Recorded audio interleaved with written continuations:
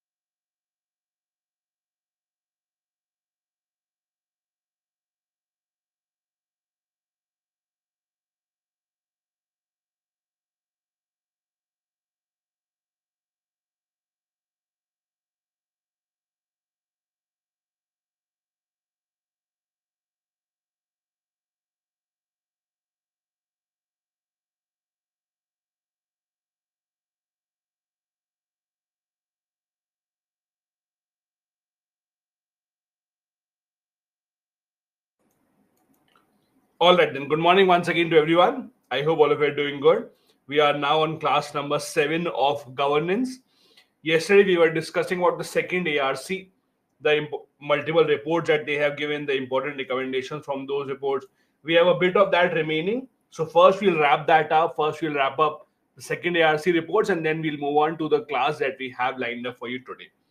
The report where we left yesterday's class was this: citizen-centric administration.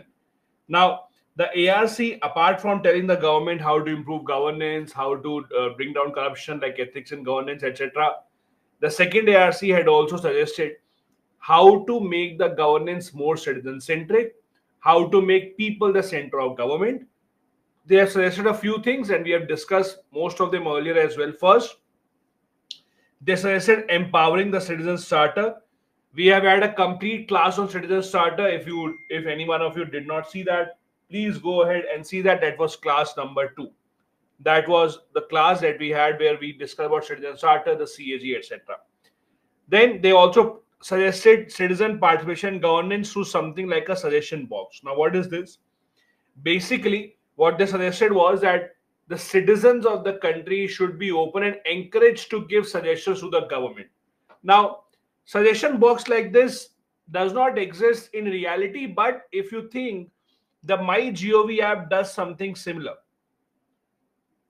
The MyGov app of the government does allow you to give certain suggestions, or does allow to you to give certain feedback on the government laws, the policies of the government, the new laws that the government is planning to introduce. The government does open them up for public feedback through the MyGov app. So we do have a kind of a suggestion box or a kind of a feedback mechanism that is not done physically offline, but yes, there is a provision for the MyGov app. Now you might say the government does not listen to it or listens to it or whatever. That is the government's prerogative, but at least they have opened it up to the citizens also to participate. Then increase the or improve the participation of women and physically challenged. Now, this is an ongoing thing.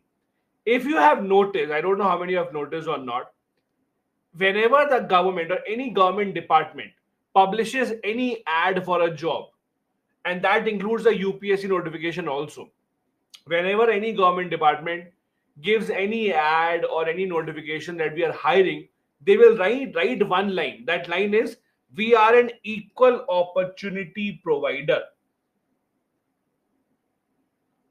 We are an equal opportunity provider and women are encouraged to apply. Have you ever seen this line? If not, do notice this from the next time onwards. Whenever you have any government department specifically hiring people, giving an ad for hiring, giving any notification for hiring, they will always write this one line, that we are an equal opportunity provider and women are encouraged to apply. Even in the UPSC notification, you will find this line. That does not mean that they are saying that we will give preference to women candidates. That does not even mean that there's any women reservation. But what it means to say is that they encourage that women should also apply. We will not discriminate against women on the basis of gender. That is something that is done because the government wants to increase women participation in governance. However, having said that, the participation of physically challenged in government is almost zero, very, very, very low. You can't even think of any minister who is working in the government and comes from the physically challenged category. And it's very difficult to actually think and imagine anyone in prominent position from the side of the government who is suffering from any physical disability. There is also suggestion that the government should be open to grievance redressal. Grievance redressal means resolving complaints.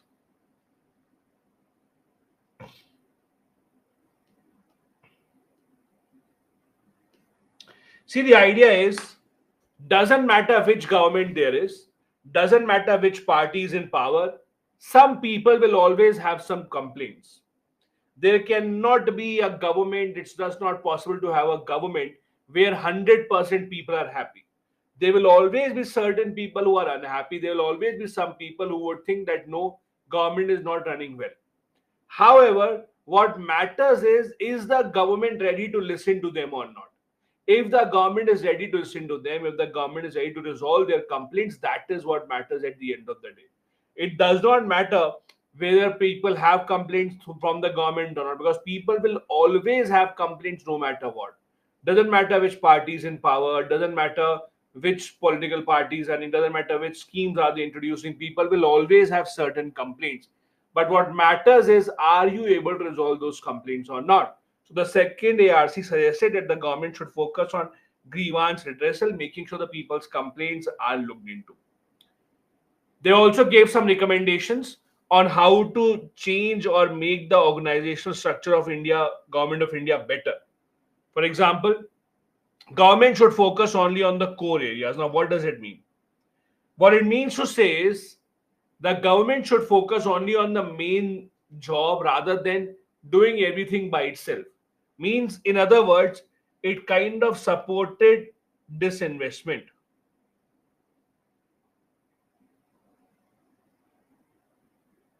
Wherever the government is not required, the government should allow the private sector to come in.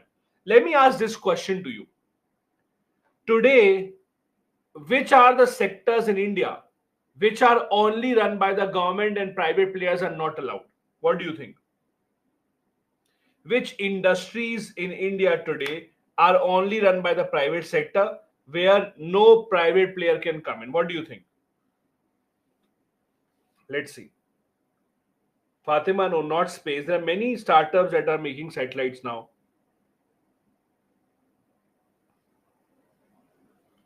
Okay, let me see.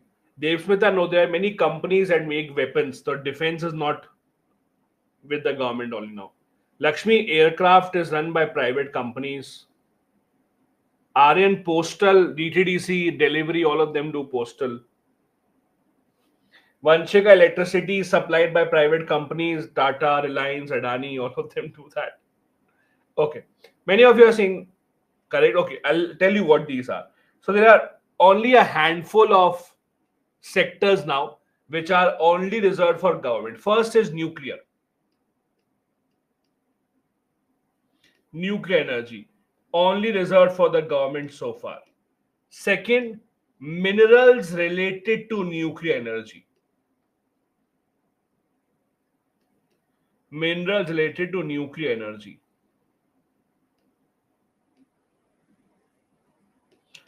Third, rail. Now, railway, understand this. Railway has a lot of important or lot of components. You can't just say railway. Like in railways, it also involves running the IRCTC website that is not run by core railways.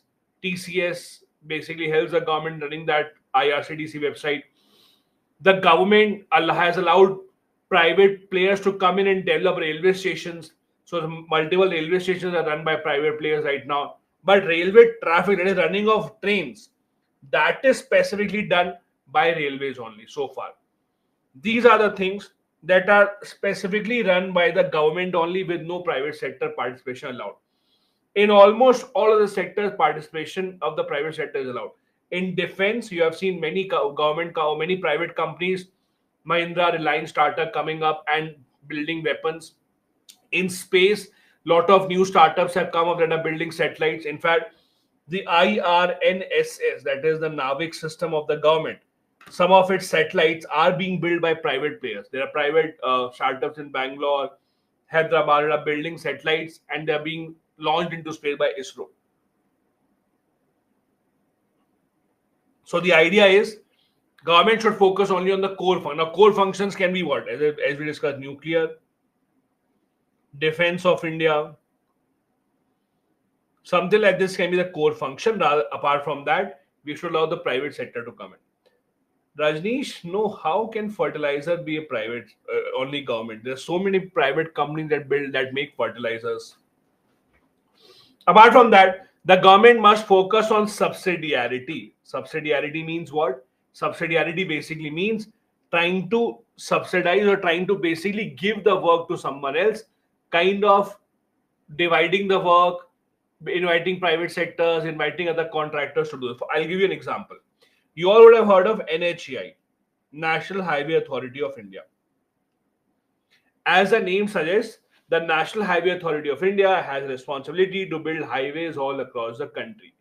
However, do you think NHAI alone builds all the highways across the country? No. Even in the most important projects, the NHAI, when they are building any project, they actually hire many contractors. So many private players, many subcontractors are given a target. For example, let's say NHAI has to build 500 kilometer of highway. What they will do is they will invite many private contractors. They will give them a contract. Let's say one contractor is given a contract to build 5 kilometers. Other will be given the contract to build 10 kilometers. Someone will be given the contract to build 2 kilometers, so on and so forth. So the government must focus on subsidiarity, means the government should try and ensure that they should overlook the implementation of the project, but they can actually make sure that they can delegate this work to others. Then the next suggestion, many ministries and departments are overlapping. Remember, we discussed this yesterday, as I gave you an example yesterday. Ministry of Tribal Affairs, Ministry of Panchayati Raj, Ministry of Rural Development, all of them focus on rural areas.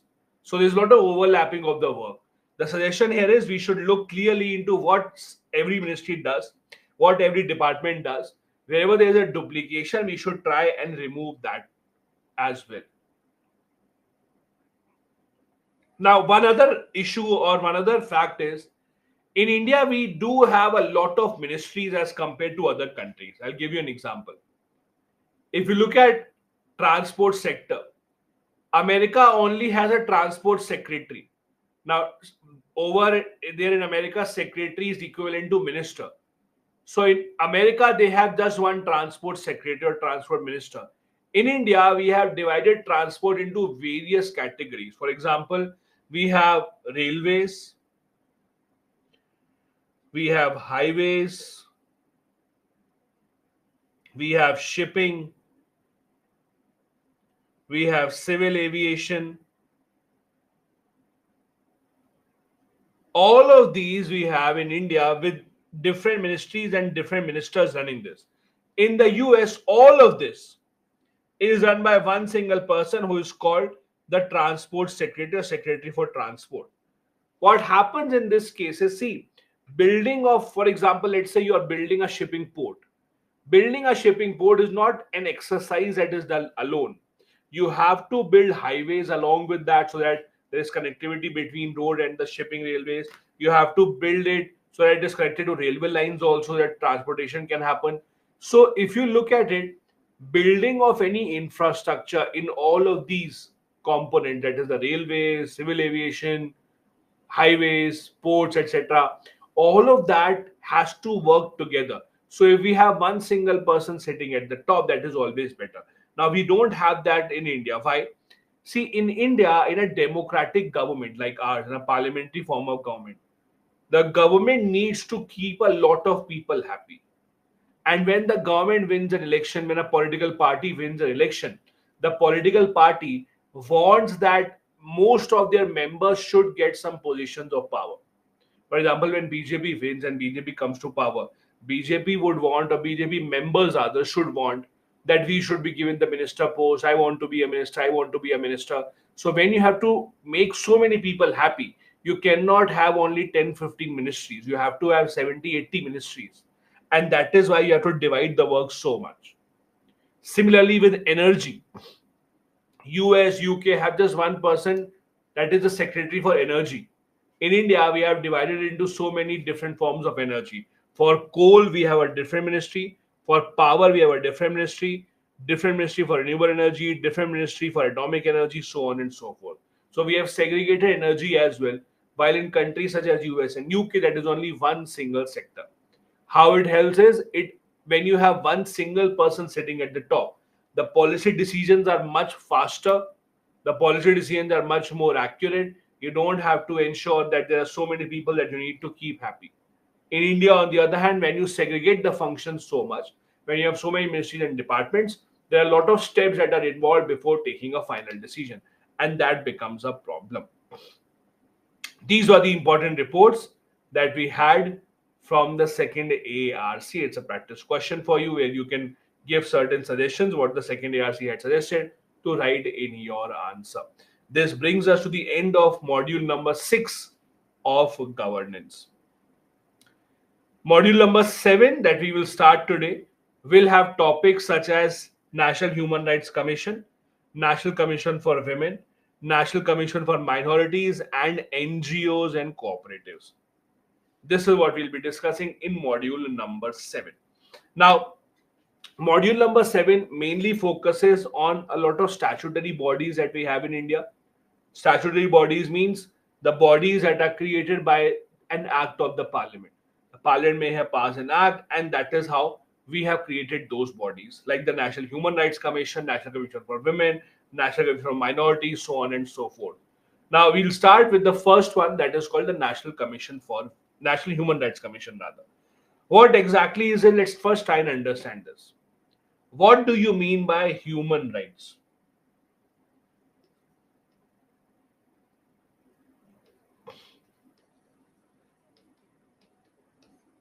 If you look at India's constitution, in our constitution, we don't have a mention of human rights as such. In India, we focus a lot more on fundamental rights, but we do not have a concept of human rights. Now, what exactly are human rights? Let's try and understand. If you read political science, your optional subject, you read about the different types of rights that you have. Amongst the different types of rights, human rights or natural rights are those rights which are available to every human being just because he or she is born as a human. The government does not have to give these rights to you. Just because you are born as a human being, you deserve certain rights to be given to you. Those are called human rights that are not dependent on the government. Meaning that, let's say, if you are born in the US, or if you are born in Uganda, or if you are born in Pakistan, or if you are born in Somalia, that should not make a difference irrespective of wherever you are born, irrespective of if you are born in a rich family or a poor family, doesn't matter which gender you are born in, doesn't matter who your parents are. In every single scenario, you should be given these basic rights. This is called human rights. Now, as I said, in India, we don't have concept of human rights in our constitution, but world over, if you look at the concept of human rights, the debate started in the United Nations in 1948. Now, please understand this. The UN, as you know, United Nations came into being in 1945. After World War II came to an end, the UN was established to make sure that such a situation does not arise again so that we do not have another world war. Now, when the UN came into being, it was decided every country will have a representative in the UN. So, India also has sent a representative to the UN. Similarly, America also has a representative in the UN. America had sent a representative that you see here. She is Eleanor Roosevelt. Eleanor Roosevelt was a wife of American President Franklin D. Roosevelt. So, American President Franklin D. Roosevelt, his wife Eleanor Roosevelt, she was the American representative to the United Nations. She, one of the first things she did, one of the biggest agendas that she had was that countries around the world should understand and accept the idea of human rights. Meaning that every country around the world, irrespective of how poor or rich they are, irrespective of in which continent are they, irrespective of whichever ideology they follow, communism, capitalism, doesn't matter, but all of them should have certain basic rights given to their citizens called the human rights. On her efforts, in 1948, the UN General Assembly adopted the first ever Declaration of Human Rights. It was called the Universal Declaration of Human Rights. What she's holding in her hand is a poster for that only. Universal Declaration of Human Rights. It has a list of 30 rights, 30.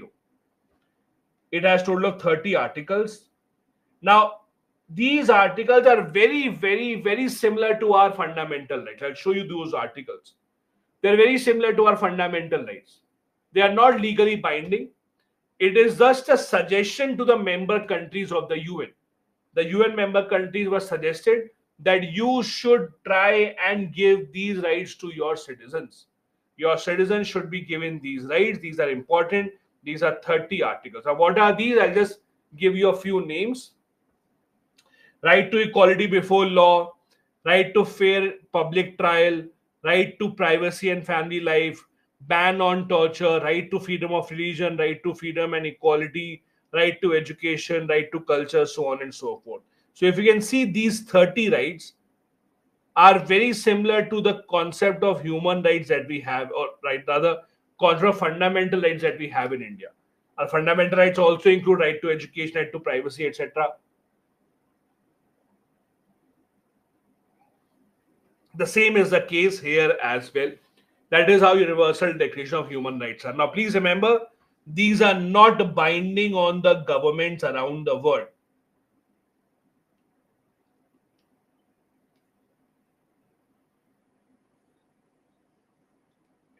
Not binding on the governments mean that if a government does not agree to implement these, if a government does not agree to give these rights to its citizens, nothing can be done. You can't take any action as such. And this is where the government of India also did not really pay a lot of attention to it. India's logic was that we already have our fundamental rights. We don't need any other definition of human rights as such. However, things started to change in 1990s. Now, please understand this. In 1993, India established something called the National Human Rights Commission. National Human Rights Commission was set up in 1993 in India. Now, the question is, why was it set up? Was there a demand by someone? What were we trying to do? The logic or the background is in 1991, there was a UN conference in Paris that was on promotion and protection of human rights. Countries in the UN participated in this conference. At the end of the conference, Paris principles, some guidelines, Paris principles were adopted. In the Paris principles, the countries around the world agreed that we will create a body called Human Rights Commission in our respective countries to preserve people's human rights. Now, again, these are not binding, but the government of India still formed a committee, still formed a commission in 1993 called the National Human Rights Commission. Now, why did we do this? See, there's a reason for everything that the government does. There was a reason why the government made a National Human Rights Commission in 1993. There was no demand from the people as such. There are two big reasons here. First, when as a country you are trying to go to the international stage and you are trying to tell the world that I am a superpower, when you're trying to take a better or a higher position in the world, you have to show the world that I follow the international law even when it is not binding. Understand this. When we aspire to be a global superpower, when we aspire to sit on the high table, when we aspire to have a permanent seat in the UN Security Council, we also have to highlight and show to the world that, see, we follow and we respect the international law even though it might not be binding for us. This is one of the reasons that India went ahead and established this body. Something else was happening here. The beginning of 1990s was a time where Pakistan had gone to the UN against India. Pakistan had alleged that in India, in Jammu Kashmir, there are human rights violations being committed by the Indian army. Pakistan has done this multiple times. Multiple times they have gone to the UN against India on various issues. In the beginning of 1990s also they did the same. They went to UN Human Rights Commission. They raised question, they raised a challenge to India. They said that India is violating human rights of people in Kashmir. So India wanted to give a response to that. India wanted to show to the world, let's see, we are not violating anyone's human rights. Rather, we respect the human rights of our citizens, and for that, we even have a commission that we have formed. In this background, under these situations, we had formed the National Human Rights Commission in 1993. Now, what exactly do they do? Let's try and understand. In simple terms, what does a National Human Rights Commission do? Their job is, if any government servant, if any government official is violating your human rights, you have the right to go to NHRC to file a complaint. So first job that they do is, if any government servant is violating your human rights, you have the right to approach the National Human Rights Commission and register a complaint. The simplest example can be, let's say if the police has arrested you. Let's say if the police has arrested you and the police then, let's say, hits you, or the police commits violence on you, where do you go and complain? Because police comes under public servant category. They have violated your human rights by using violence against you. You can approach the National Human Rights Commission. So first job that they have is, National Human Rights Commission looks into complaints of human rights violations by the government servants, number one. Second, what do they do? Second job that they do, very important, National Human Rights Commission. They conduct inspections of prison.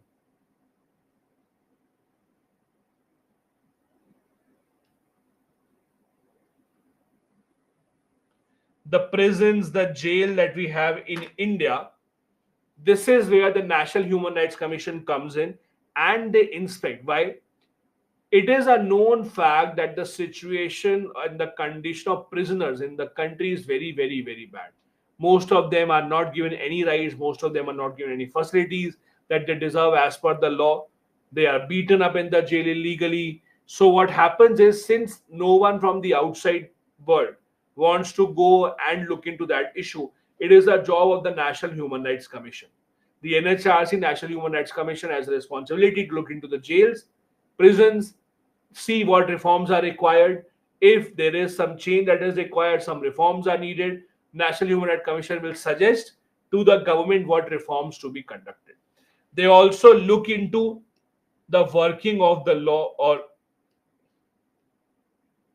working of laws that are trying to safeguard human rights. These are some of the responsibilities of National Human Rights Commission. They will suggest and advise to the government that their policies about human rights are working or not. If there are some complaints, they will suggest to the government how to improve their condition. That is the main job of the National Human Rights Commission. As I said, it was formed officially in 1993 as per an act of the parliament.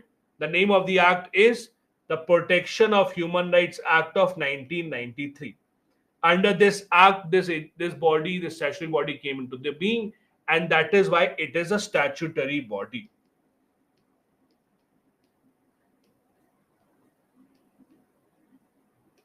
I have clarified this doubt earlier as well.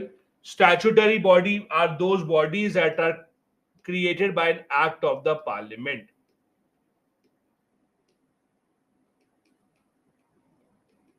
Means the parliament passed a law by a simple majority, and that is how this body was created. Now, let's first look into who are the members. The National Human Rights Commission has a chairman. The chairman is either a retired Chief Justice of India or a retired Supreme Court judge. So at the top, there has to be either a retired Chief Justice of India or a retired Supreme Court judge. Then, apart from chairman or chairperson, it has 5 other members. Who are these 5 members? First, former or present judge of a Supreme Court, number 1. Second member, retired or a sitting Chief Justice of a High Court, member number 2. Next 3 members are those who have knowledge of who have knowledge of human rights, who have worked in the field of human rights. For example, there are many NGOs that work in the field of human rights. Many NGOs who have experience in dealing with cases of human rights violation. So 3 people who are experts in this field of human rights. Now, usually government does not appoint someone from outside. In these 3 members also, the government usually appoints civil servants only. Rather than appointing someone from outside, some expert, the government usually looks towards the civil servants only. So there are 3 members who are appointed because of their knowledge and experience in human rights.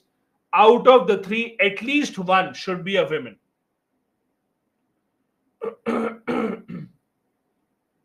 Out of the 3, at least 1 should be a woman. So again, chairperson. After chairperson, 5 members. First 2 are judicial members. Judicial members are 1 from the Supreme Court, 1 from the High Court Chief Justice. And then there are 3 other members who are experienced in human rights. Out of these 3, at least 1 has to be a woman. Chairperson plus 5 members are full-time members of NHRC. Apart from these full-time members, there are 7 ex officio members as well. Ex officio means when you hold a post because you are holding some other post. You hold a post because of the virtue of holding the other post. These are called ex officio members. For example, as you know, the Vice President of India is the ex officio chairperson of the Rajya Sabha. So whoever becomes the Vice President of India automatically will become the chairperson of the Rajya Sabha. Similarly, here there are 7 commissions in India. There are 7 commissions in India. The chairperson or the head of these 7 commissions are ex officio members in the National Human Rights Commission. Once again, apart from the full-time members, there are a total of 7 ex officio members. These 7 ex officio members are the heads of 7 different commissions. What are these different commissions? National Commission for Scheduled Caste, National Commission for Scheduled Tribe, National Commission for Women, National Commission for Minorities,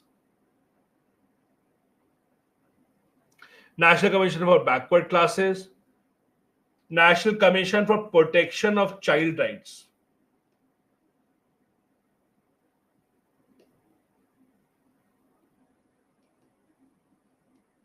And in the end, Chief Commissioner of Persons with Disabilities. So these are 7 commissions. Whoever is the chairman of these commissions, whoever is the head of these commissions, these 7 members are ex officio members of the NHRC. Again, ex officio members mean they are not full-time members.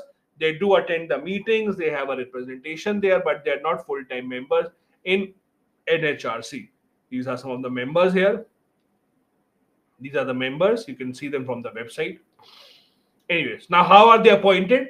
They're appointed by the President of India, as always, on the recommendation of a committee. This is the appointment committee or selection committee, rather. Prime Minister as the chairperson. Then we have the Speaker of the Lok Sabha, Cabinet Minister, that is Home Affairs Minister or Minister of Home Affairs. Leader of the opposition from Lok Sabha, leader of the opposition from Rajya Sabha also, and deputy chairperson of Rajya Sabha. Now see, this is a very unique committee. So far, whichever committees that we have discussed, the selection committees, in none of the committees you will find Lok Sabha or Rajya Sabha leader of opposition. In none of the other committees you will find deputy chairperson of Rajya Sabha. In other committees you will not even find Speaker of the Lok Sabha. So it has a unique composition, different from most of the other that we have seen so far. This is the committee that will suggest names to the President of India, and the President will appoint them as the National Human Rights Commission members or the chairperson. Their removal, we have discussed earlier multiple times now, same manner as UPSC members.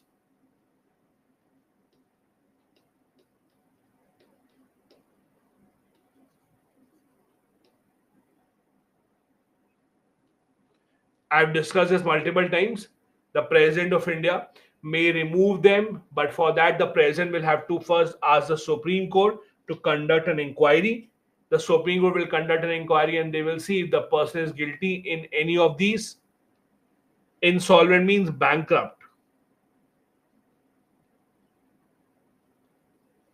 If the person is bankrupt, if he or she has any paid employment apart from this job, if they are of infirm mind or body, if they are declared as unsound mind by a court, if they're convicted, sentenced for moral turpitude, means for corruption cases, etc. In all these cases, the Supreme Court will suggest to the President for the removal, and then the removal will take place. That is how they are removed, and I've told this multiple times earlier. This is the exact process used for removal of UPSC members, for Central Vigilance Commission, for Central Information Commission, for Lokpal. All of these are removed in exactly the same manner as is written here. The term of office, they have a tenure of 3 years, and 70 years is their retirement age. They can be reappointed as well, meaning that if they complete a 3-year tenure, after the completion of that 3-year tenure, they can have another tenure, one more tenure is allowed, so they can be reappointed, but again, not beyond the age of 70 years. Also, chairperson or member cannot have any other job under the government. They cannot have any other job under the government. They can continue with this. They can have one more post if they want, or one more rather tenure at the same commission, but they cannot go and work in any other government job as such. There were some changes that were made in this law in 2019. This is not important now because 2019 time has passed now, but the law was actually changed in 2019. Whatever we have discussed so far is a new version of the law only, so don't worry. Before 2019, there were some changes, there were some differences in the law. For example, before 2019, I'll just tell you what were the differences. The chairperson could only be a retired Chief Justice of India only. Now the chairperson can be retired Chief Justice of India or a retired Supreme Court judge. Before 2019, the chairperson and there were four other members only, not the fifth. The fifth member, that is compulsorily a woman, was added later on after 2019. Another change was earlier the tenure was 5 years. Now the tenure, as you know, has been changed to a 3-year thing. So these were some of the important changes. Then earlier, remember we just discussed there are 7 different commissions whose chairpersons become ex officio members here. In those commissions, National Commission for Backward Classes did not exist. National Commission for Protection of Child Rights also did not exist. National Commission for Disabilities also did not exist. So 3 new commissions were added here.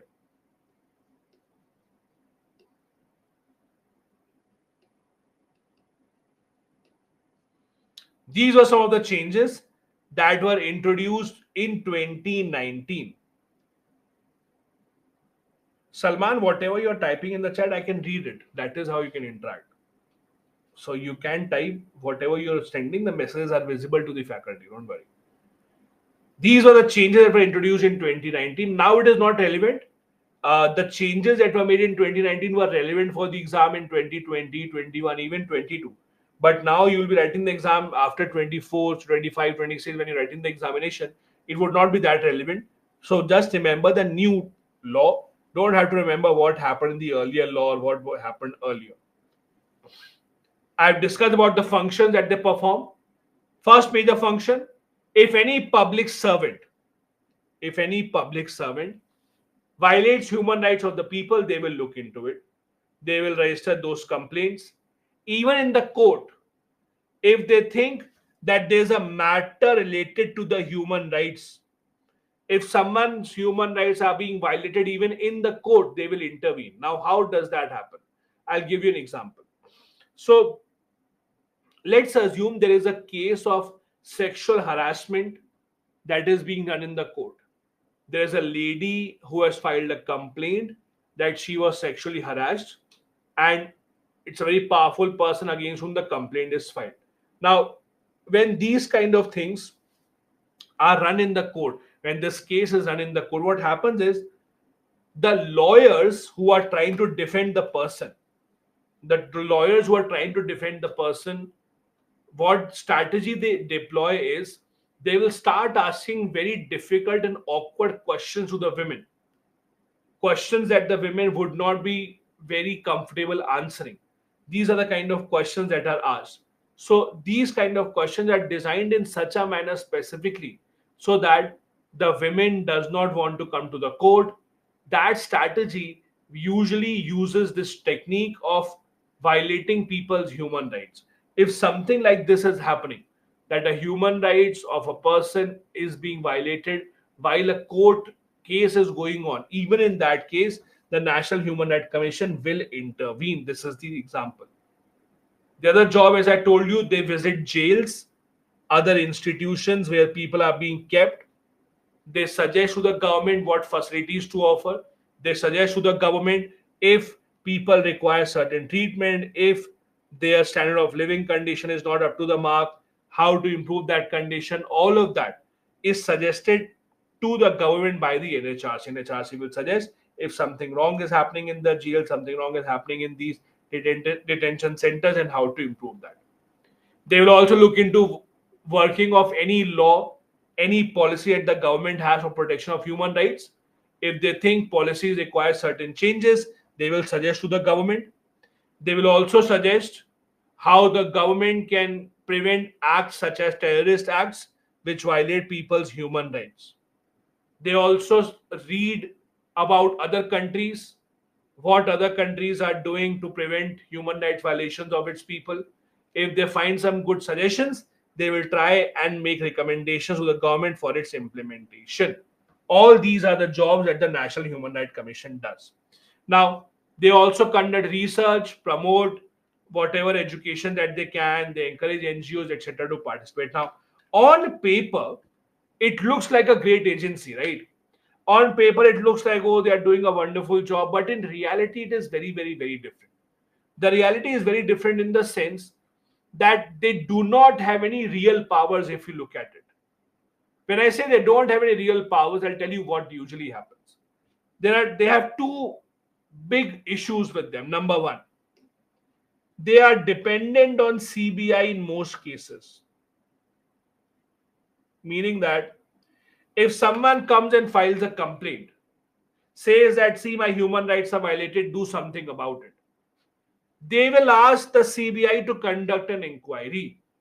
They will request the CBI to look into the case, conduct the inquiry, suggest to National Human Rights Commission whether someone is guilty or not.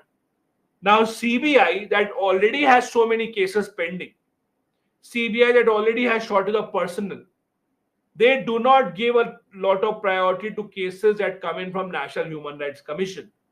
So dependence on CBI reduces the work and slows down the pace of the working of National Human Rights Commission. Second big problem is they are only a recommendatory body.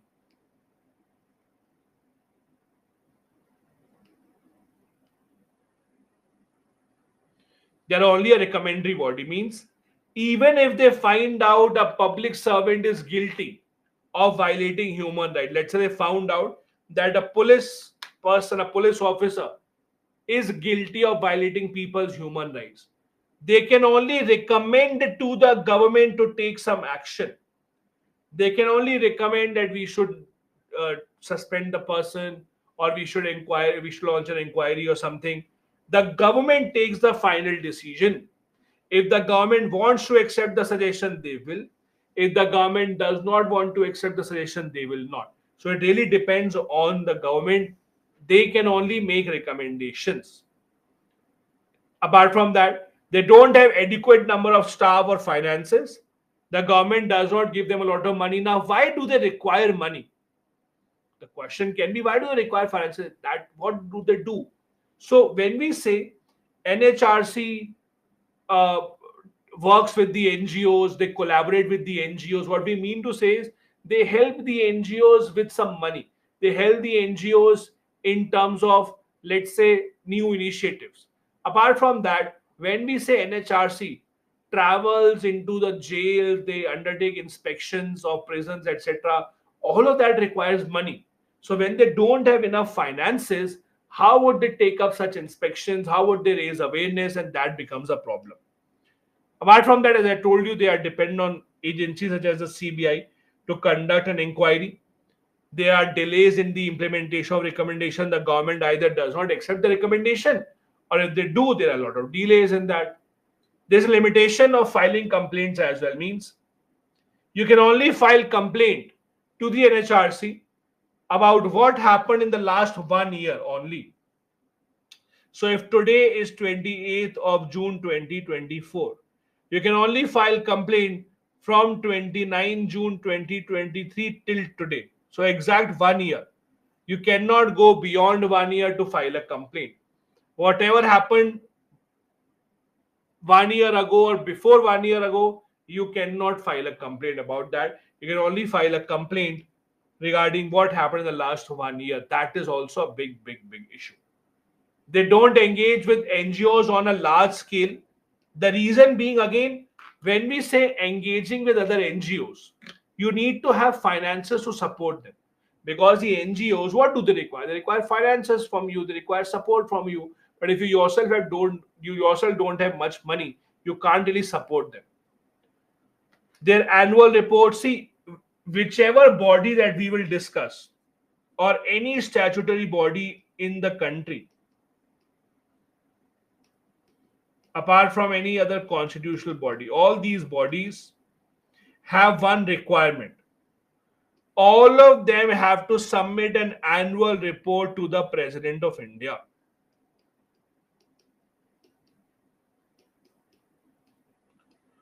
All of them submit annual report to the President of India about what they did throughout the year. President will then send this report to the Parliament for discussion.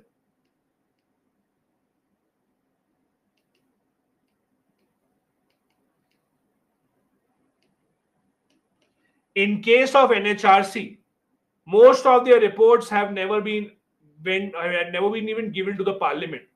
Most of these are pending. They have sent it to the President, but President is not giving it to the Parliament because President is dependent on the government only to give suggestions in this regard, and that is why their work seems to be pending. Common people don't really care a lot about NHRC. Many common people would not even know what is the job of NHRC, what do they do. So there is not much of a concern amongst the common people, and that is why the NHRC is not really a very active agency. In fact, on the other hand, NHRC is, I'll tell you how these agencies are important for the government. In Indian polity, you would have read about how judges after their retirement can't take up any other government job. Right? Supreme Court judges, after they retire, they cannot take up any other government job. What happens is there is a big loophole here. The loophole is if the government wants to influence some judges, the government sends a message to the judges that you should be good to us or you should be favoring the government. In return, when you retire, we will give you a very good post which are not considered under the government. So Supreme Court judges can be appointed in the National Human Rights Commission because it is not considered as a body under the government. And the government misuses this loophole. The government tells the judges that you should be favorable to us while you're working. In return, after you retire, we will give you all these important posts and you will get a handsome salary. So National Human Rights Commission or these kind of commissions have become retirement home for judges. And the governments use it so that they can influence the judges while they are working, while indirectly offering them that after your retirement, don't worry, we will take care of you. Because, they get a very handsome salary. When you are in the National Human Rights Commission, you get a handsome salary. So after retirement, the judges would really want to do that. And that is why NHRC is not being given a lot of powers, because the idea of forming NHRC was never to give it a lot of powers. It was mostly to give an impression that, see, we are serious about human rights, and now it is being used as a kind of a place where the judges can be accommodated. This is an example of what NHRC does. As you can see, they have issued notice to Health Ministry over drug brand name when the drug brands were not really up to the mark. There was no database of the drug brands up with the government of India, what were the medicines sold. Another example, NHRC issued advisory to governments on the rights of the truck drivers. When truck drivers are being harassed, being stopped randomly, they have issued a notice to center and the state governments. Again, issued a notice to center about air pollution. So these are some of the things that they do. Nothing that is really significant that changes our lives, because see, things like these are very common knowledge. Everyone knows air pollution in the country. Everyone knows air pollution in most parts. But it's nothing that NHRC can do about it. They can just issue notice, ask the center to tell what exactly are they doing about it. That was our first commission. I'll give you a couple of minutes. So far, whatever we have studied, you can ask relevant doubts if you want about whatever we have studied. I'll give you a couple of minutes to ask your doubts and then we'll go ahead.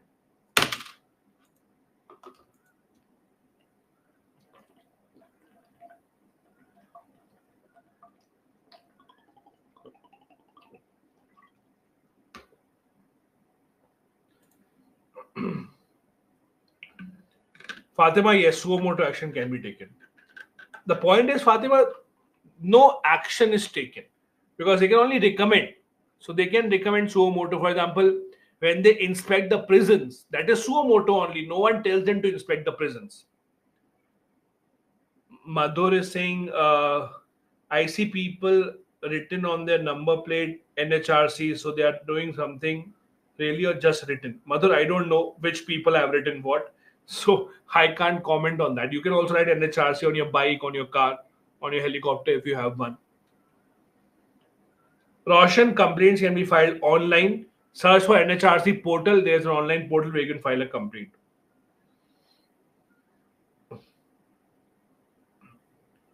Then Tazain is saying, what is the difference between selflessness and integrity?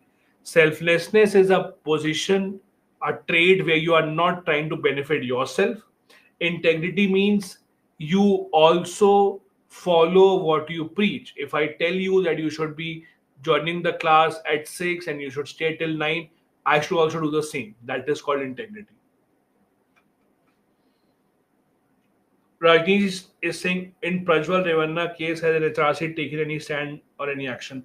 Rajneesh, again, you have to understand NHRC works when a public servant does something in their job that goes against your human rights. So, what Prajwal Revanna did or allegedly did was in his personal capacity.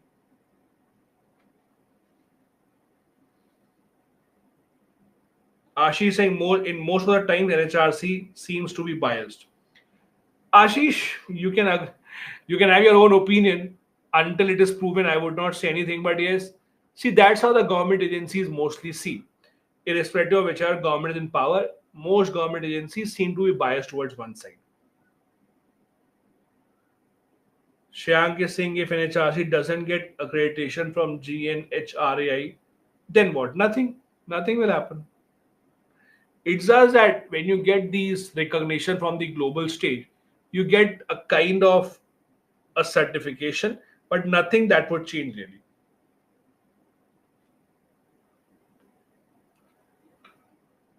Yasmin is saying in jail they are criminals. How can they possess human rights?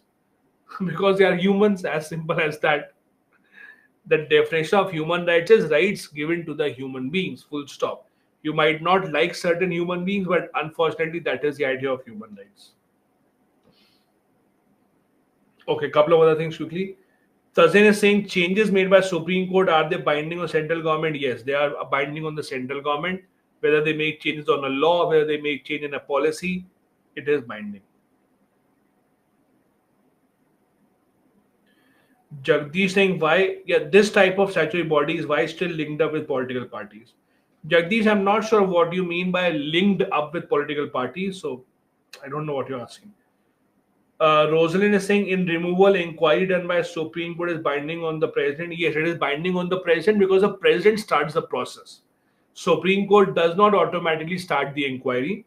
President will ask the Supreme Court to conduct the inquiry, and then whatever the Supreme Court says, that will be binding on the president. Whether the Supreme Court finds a person guilty or not, the president will then accept whatever Supreme Court says. All right, these were the questions given to me. Let's move on to the second important statutory body that we'll be discussing, National Commission for Minorities. Now, as the name suggests, they also have statutory body working specifically for the interest of the minority community in the country.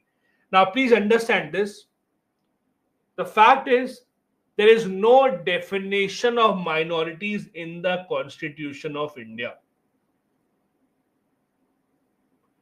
The word minority is written in the Constitution in multiple places. So we do see article number, for example, let's say 30, 29. They do talk about minorities. They have the word minority written. However, there is no definition of the word minority. Now, if there is no definition in the Constitution, how is a minority defined? Please understand this. There is no definition of minority word in the Constitution. So minority communities are those communities which are recognized as minority by the central government. The usual logic is population of less than 20%.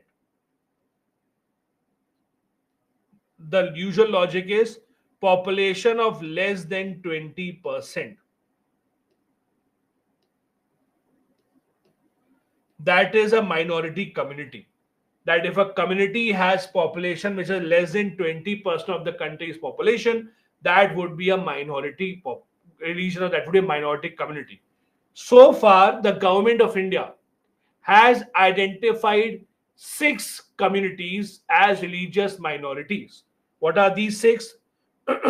Muslims, Christians, Sikh, Buddhists, Parsis, and Jain. So these are the six minority communities on the basis of religion. Also understand, the government of India has not recognized any linguistic minority so far. Linguistic minority means minority on the basis of language. The only types of minorities that the central government has identified or has notified is religious minorities, means on the basis of religion. They have not identified any linguistic minority. No minority on the basis of religion has been identified. Do remember this part. Now, who are the members in this commission? Chairman, vice chairman, and five other members notified by the central government. Not a lot of, there is not very elaborate eligibility criteria. These are people of eminence, ability, and integrity. Now, National Commission for Minority is mostly a political body. Please understand this idea. Unlike the Human Rights Commission, unlike some of the other bodies, National Commission of Minorities is a political body. Now, when I say political body, what do I mean? What I mean to say is these people are usually politicians related to the ruling party only. These are usually politicians who are related to the ruling party. So, for example, let's say that BJP is in power right now.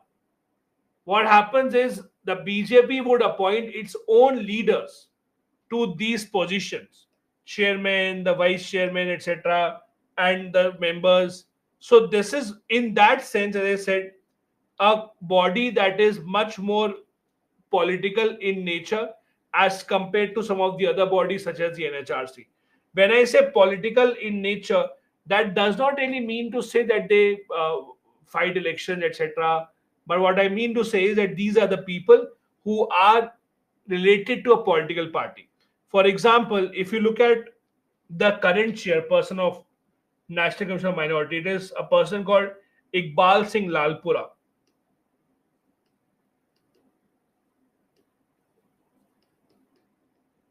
So the current chairperson of this commission is a person called Iqbal Singh Lalpur. Now, who is he? He's a BJP member. He's a BJP member. He was an MLA also in Punjab. He has served in Punjab Legislative Assembly. So most of these people are affiliated to a political party. They are not civil servants as such. Same is the case with National Commission for Women also, that we will discuss. They have a 3-year tenure for which they work. No retirement age as such has been given. What are their functions? Functions are very similar to NHRC, meaning that they also register a complaint. If you are from the minority community and you think you are being discriminated against because you are a minority, let's say you are not given advantage of a certain government scheme because you are a minority. Let's say in your workplace you are being discriminated against because you are from the minority community. Let's say in your school or college you are being discriminated against you because you are a minority, then also you can file a complaint. So they register the complaints just like NHRC. They will try and investigate that. Just like NHRC, they will also look into whether constitutional provisions actually are applicable, they are working properly or not. They will look into proper implementation of the government policies, and they will look into any complaints that are being registered. So functions are very similar to NHRC. The only difference is here the prison related thing does not exist. The prison thing was specifically by NHRC. Apart from that, apart from inspecting the prisons, almost everything else, all the other functions that the NHRC has, same functions are performed by the National Commission for Minorities as well. without any difference. It is almost the same that we have here. So do understand this difference. They also look into how to improve the lives of minority communities in India.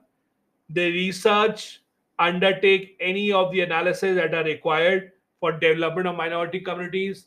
They look into, let's say, data about the backwardness of certain minority communities. They suggest to the government how to improve that.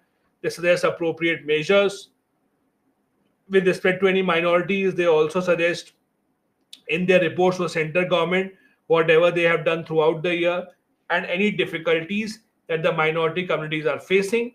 They recommend to the government to remove them. They recommend to the government of how to improve the lives of the minorities. As simple as that. This body does not really remain a lot in the news. These are usually bodies that are, as I said, political in nature. So they usually work on the direct orders of the government only.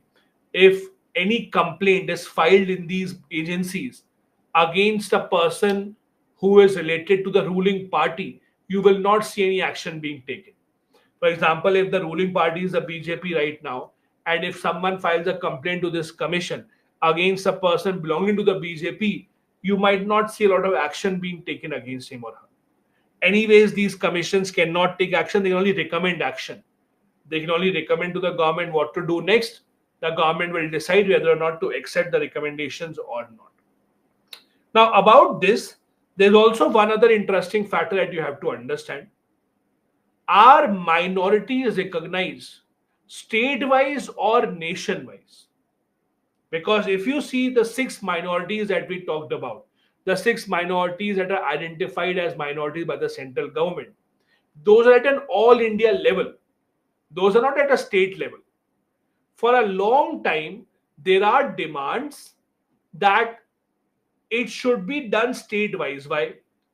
People who belong to the Hindu community, who belong to the Hindu religion, they argue that there are many states in India where the Hindu population is less than 50%, where they are not in a majority, like Manipur, Punjab, Arunachal, Jammu Kashmir, Meghalaya, Nagaland, Ladakh, Lakshadweep, Mizoram.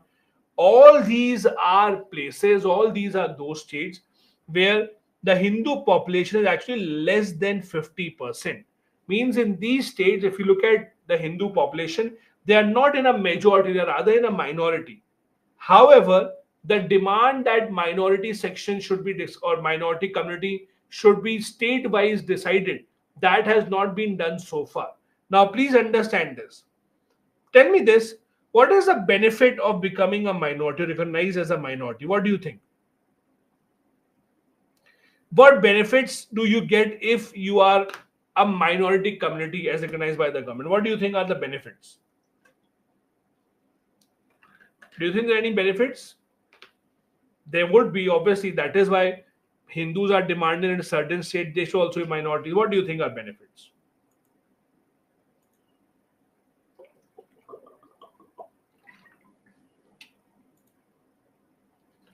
Okay. One big misconception that people have, and I'm seeing this in the chat also. One big misconception that people have is reservation. There is no reservation for minority community. No.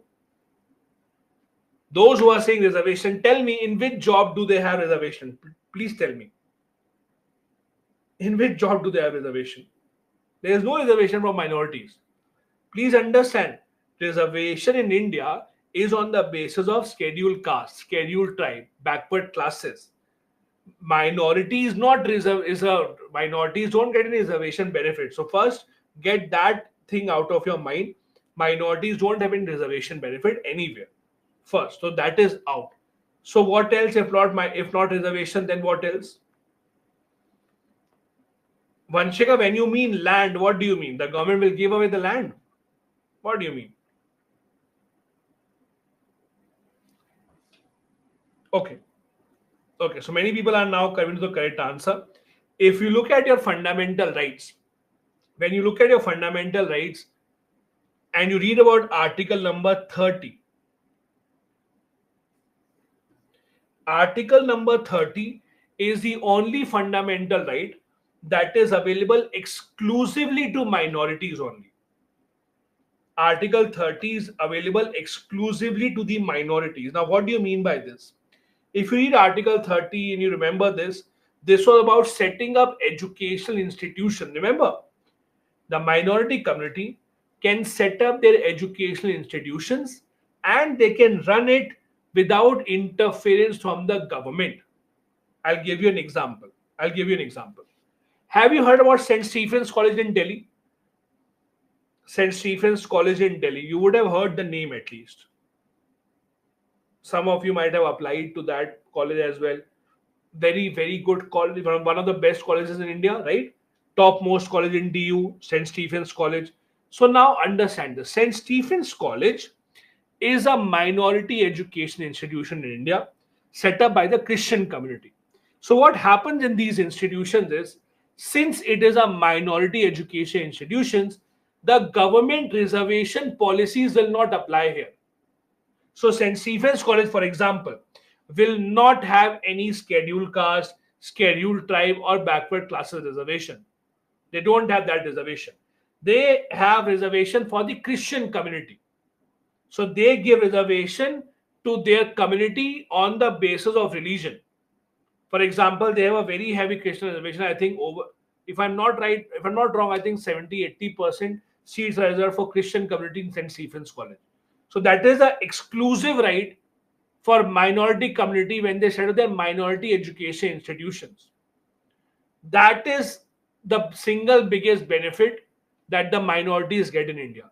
Apart from that, yes, there are certain government schemes, but the schemes can go out, can come in. There's no long-term benefit of that. Some government, for example, runs schemes for scholarships for minority community. But again, that depends on government to government. Some government runs those schemes, some government does not run those schemes. But if you look at the constitution, the constitutional benefit, that is long-term benefit, that is the one that is given under Article number 30. To set up education institutions of their choice and administer those institutions without interference by the government. And again, when I say non-interference, what it means to say is you can decide your own syllabus, you can recruit your own teachers, the government will not interfere. However, if the government believes, please understand this, if the government believes that you are interfering with the students' right to get good education, if the government believes that you are not giving proper education, then the government can interfere. I'll give you an example. A few years back, this is not very old, 3-4 years back, in St. Stephen's College, there was a controversy about appointment of teachers. So St. Stephen's College is very particular. While appointing teachers, they usually give a priority to Christian teachers who are Christians by religion. They are the ones who are appointed as teachers. So what happened was that the government at that point of time looked into this. The government looked into this at St. Stephen's College while appointing teachers were not following the eligibility criteria. That is, the qualification of teachers was not up to the mark. They were appointing teachers from the Christian community, but they were overlooking the educational qualification. So the government intervened and government interfered. Government said, no, we cannot let you play with the future of the children, with the future of the students. You have the freedom to run your own institution, but you cannot misuse that. That is how this article works. Rajneesh, Article 30 is for higher education institutions. Article 30 is not for schools. It's for higher education institutions. Anyways, now in 2019, now there have been, please understand this, there have been multiple cases filed in the Supreme Court where the Hindu community has demanded that minorities should be state-wise so that Hindu community can also set up similar institutions in states such as Meghalaya, Nagaland, in states where they are not in majority. The Hindu community says that we should also be allowed to set up institutions such as this. Now, when this particular issue went to the Supreme Court in 2019 rejected this idea. Please understand this. Supreme Court in 2019 said that no, We cannot have a state-wise distribution of minorities. We only need to have it nation-wise. We cannot have different states have different minorities. It can only be country-wide. However, a review petition was filed in this case later on in 2022. Please understand this. In 2019, Supreme Court rejected this demand that no, you cannot have state-wise minorities. But in 2022, the Supreme Court agreed to this. Supreme Court said that minority status can be state dependent. Minority status can be state dependent. However, even after that, so far, we have not had any specific instance of any state recognizing anyone as a minority. Please understand this. In 2022, the Supreme Court said that state-wise minority can be decided or the minority tag can be state-wise. However, even after that, it has not been implemented by the government so far. Okay. Shan, you are getting confused. 20% minority tag or 20% definition of minorities is the one given by the central government. The table that I'm showing here is table where their population is less than 50%. Because if you look at a dictionary definition of minority is anyone who is less than 50 is minority. If let's say anyone is 51, 49, 41, 49% people are minorities only. So central government, while deciding their minorities, have given the criteria of 20%. This table that I'm showing is not based on that. The table that I'm showing is the states where Hindus are less than 50%, where they have been demanding that they should also be given the minority tag. The next commission that we have is the National Commission for Women. As the name suggests, just like we had the Commission for Minorities who work for the interests of the minority community, similarly, we have the National Commission for Women who work for the interest of the women in India. When they have a problem, when they think that they are being discriminated against, when they think that they don't have a support system, when they think that the women specifically are being subjected to domestic violence, they can come and complain to this commission. They also do same kind of stuff, nothing different. Just like the minority commission, National Commission for Women also registers complaints. If there's a complaint filed by women, if they think that they have been discriminated against, all these complaints are looked into. They recommend new laws to the government. If there are any complaints filed, they look into it while investigating with the help of the CBI.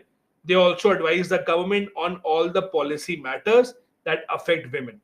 Just like the minority community advises the government on minority-related matters, the Women Commission would advise the government on women-related matters. An example of what they do is this. National Commission for Women to bring out SOP standard operating procedure.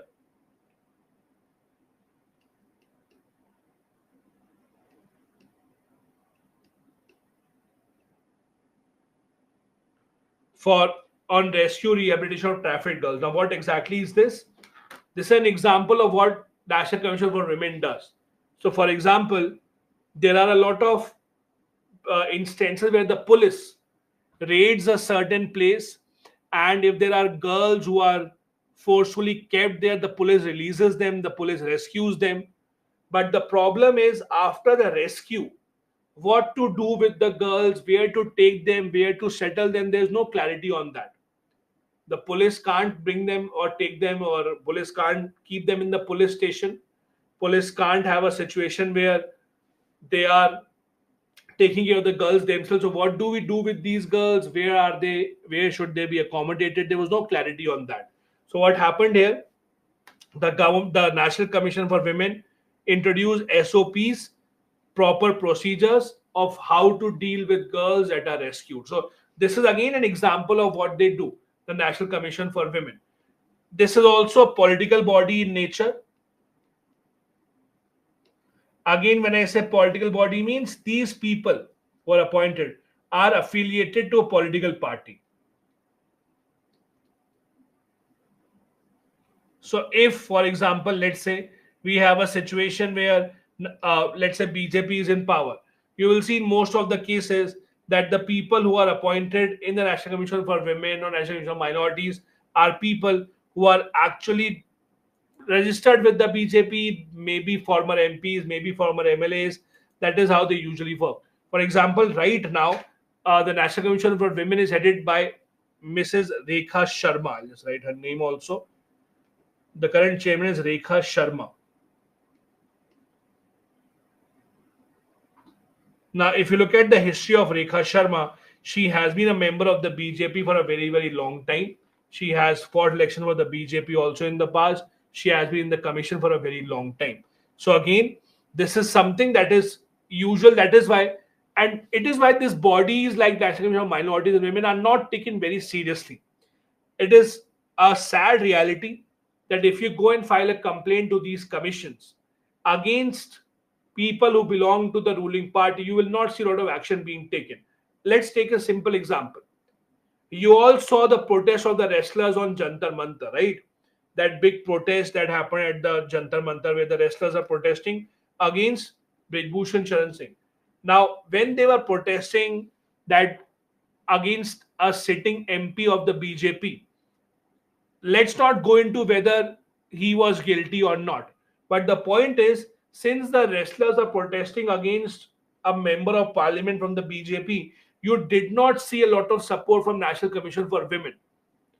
On the other hand, if a similar protest would have taken place against, let's say, someone from the opposition party, you might have seen a very different role being played by National Commission for Women. That is a harsh reality because, again, these are political bodies in nature now. The people who are appointed here are political and have a political background affiliated to a political party. That is why this is an issue. The job that they do is similar as compared to other commissions. They report on the condition of women, they examine the safeguards given in the constitution, look into the complaint. They also visit women jails. That is slightly unique. They also visit women jails. If they think that there's something that needs to be improved, they will suggest to the government. They will undertake studies, spread awareness about women rights, etc. One other thing that they do is they try and help women in need. For example, women who have faced domestic violence, women who want to fight against their own family members because they have been let out of the family. So they try and help those women in need as well. Here, I wanted to show you Citizens Charter of the National Commission for Women so that you can revise Citizens Charter also. Remember, in the second class of governance, we discussed about Citizens Charter. This is another example of Citizens Charter of National Commission for Women. So again, it's for you to revise that topic as well. This is how the charter looks like for National Commission for Women. They have a vision, they have a mission written. Then what are the functions? What do they do exactly? All that is written in this charter, just like the other charters as well.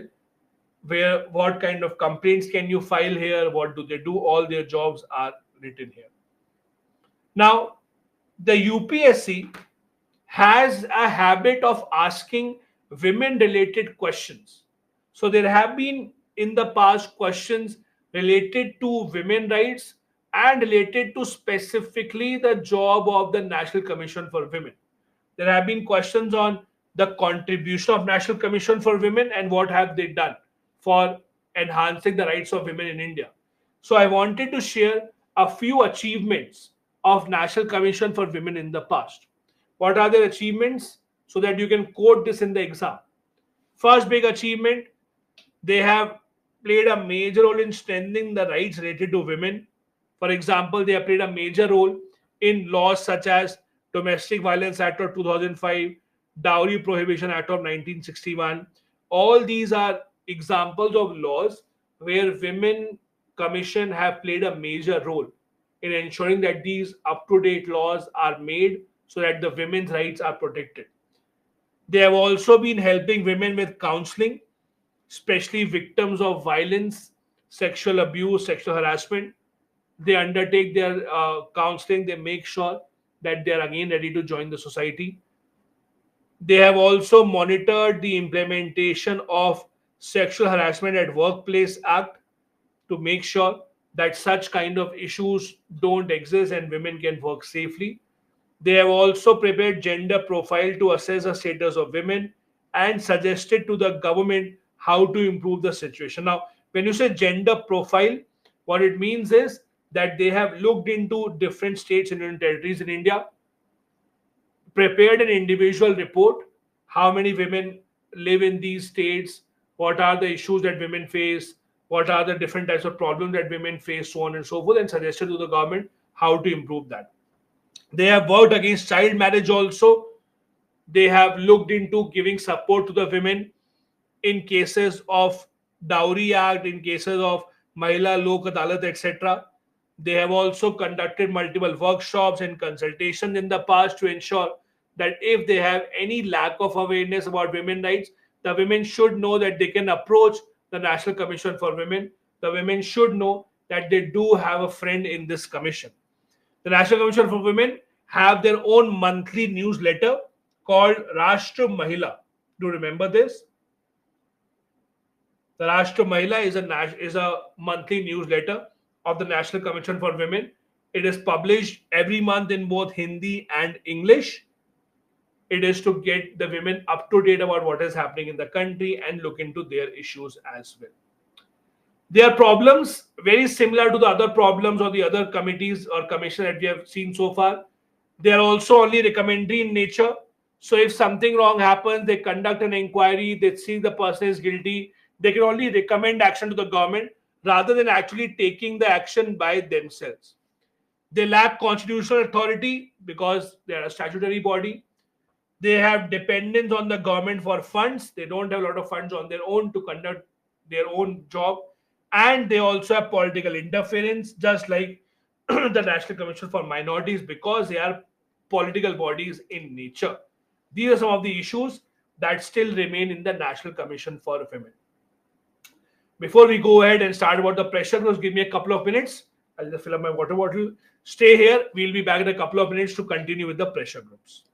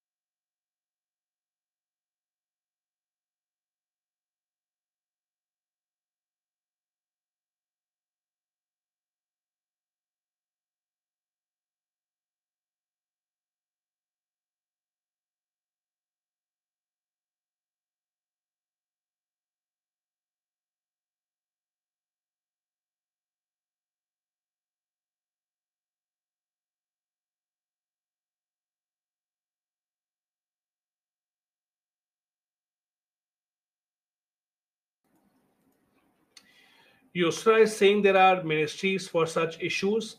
Why do we need separate commissions even if these commissions are related to political parties? Yusra, see, first, ministries don't do this. Ministries don't undertake investigations. What do the ministries do? Ministries have a specific policy to make, they make laws. The commissions are not that. The commissions look into your complaints, the commissions are open to the public. Ministries are not. You can't file a complaint to a ministry, number one. Secondly, when I say these are political bodies in nature, that does not mean that they are officially related to a political party. Officially they are supposed to be independent only. What I'm trying to tell you is practically whatever people are appointed, whoever people are appointed, they are usually all the people who are related to a political party only. But on paper, at least they work as independent, so they're supposed to be independent bodies as such. Yes, Dhyana, both these commissions don't have their own investigative as such arm. They are dependent on the CBI only to conduct the inquiry. Anyways, let's move on. The next important topic that we have to study is pressure groups. You might have read this word, you might have read this phrase earlier as well. Pressure group. What exactly are pressure groups? In simple terms, these are informal groups that put pressure on the government. Now, pressure on the government either to pass a certain law or not to pass a law.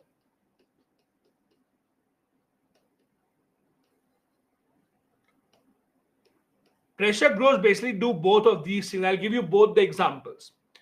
Pass the law, the biggest example is the Lokpal. We discussed about the Lokpal a few classes back. The law of Lokpal in India was passed after this big agitation led by Anna Hazare and other people. There was a group called India Against Corruption.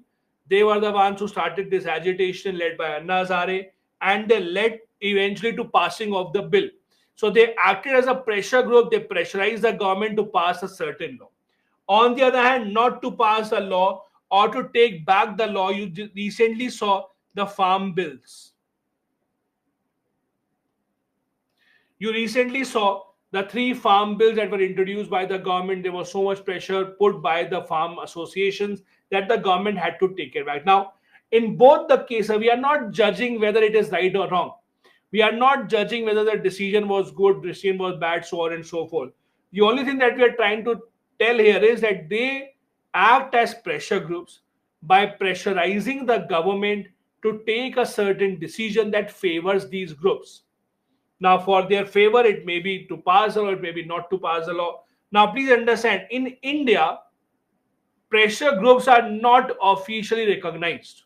Means in India, no authority can call itself that we are only a pressure group because there is no registration for a pressure group in India.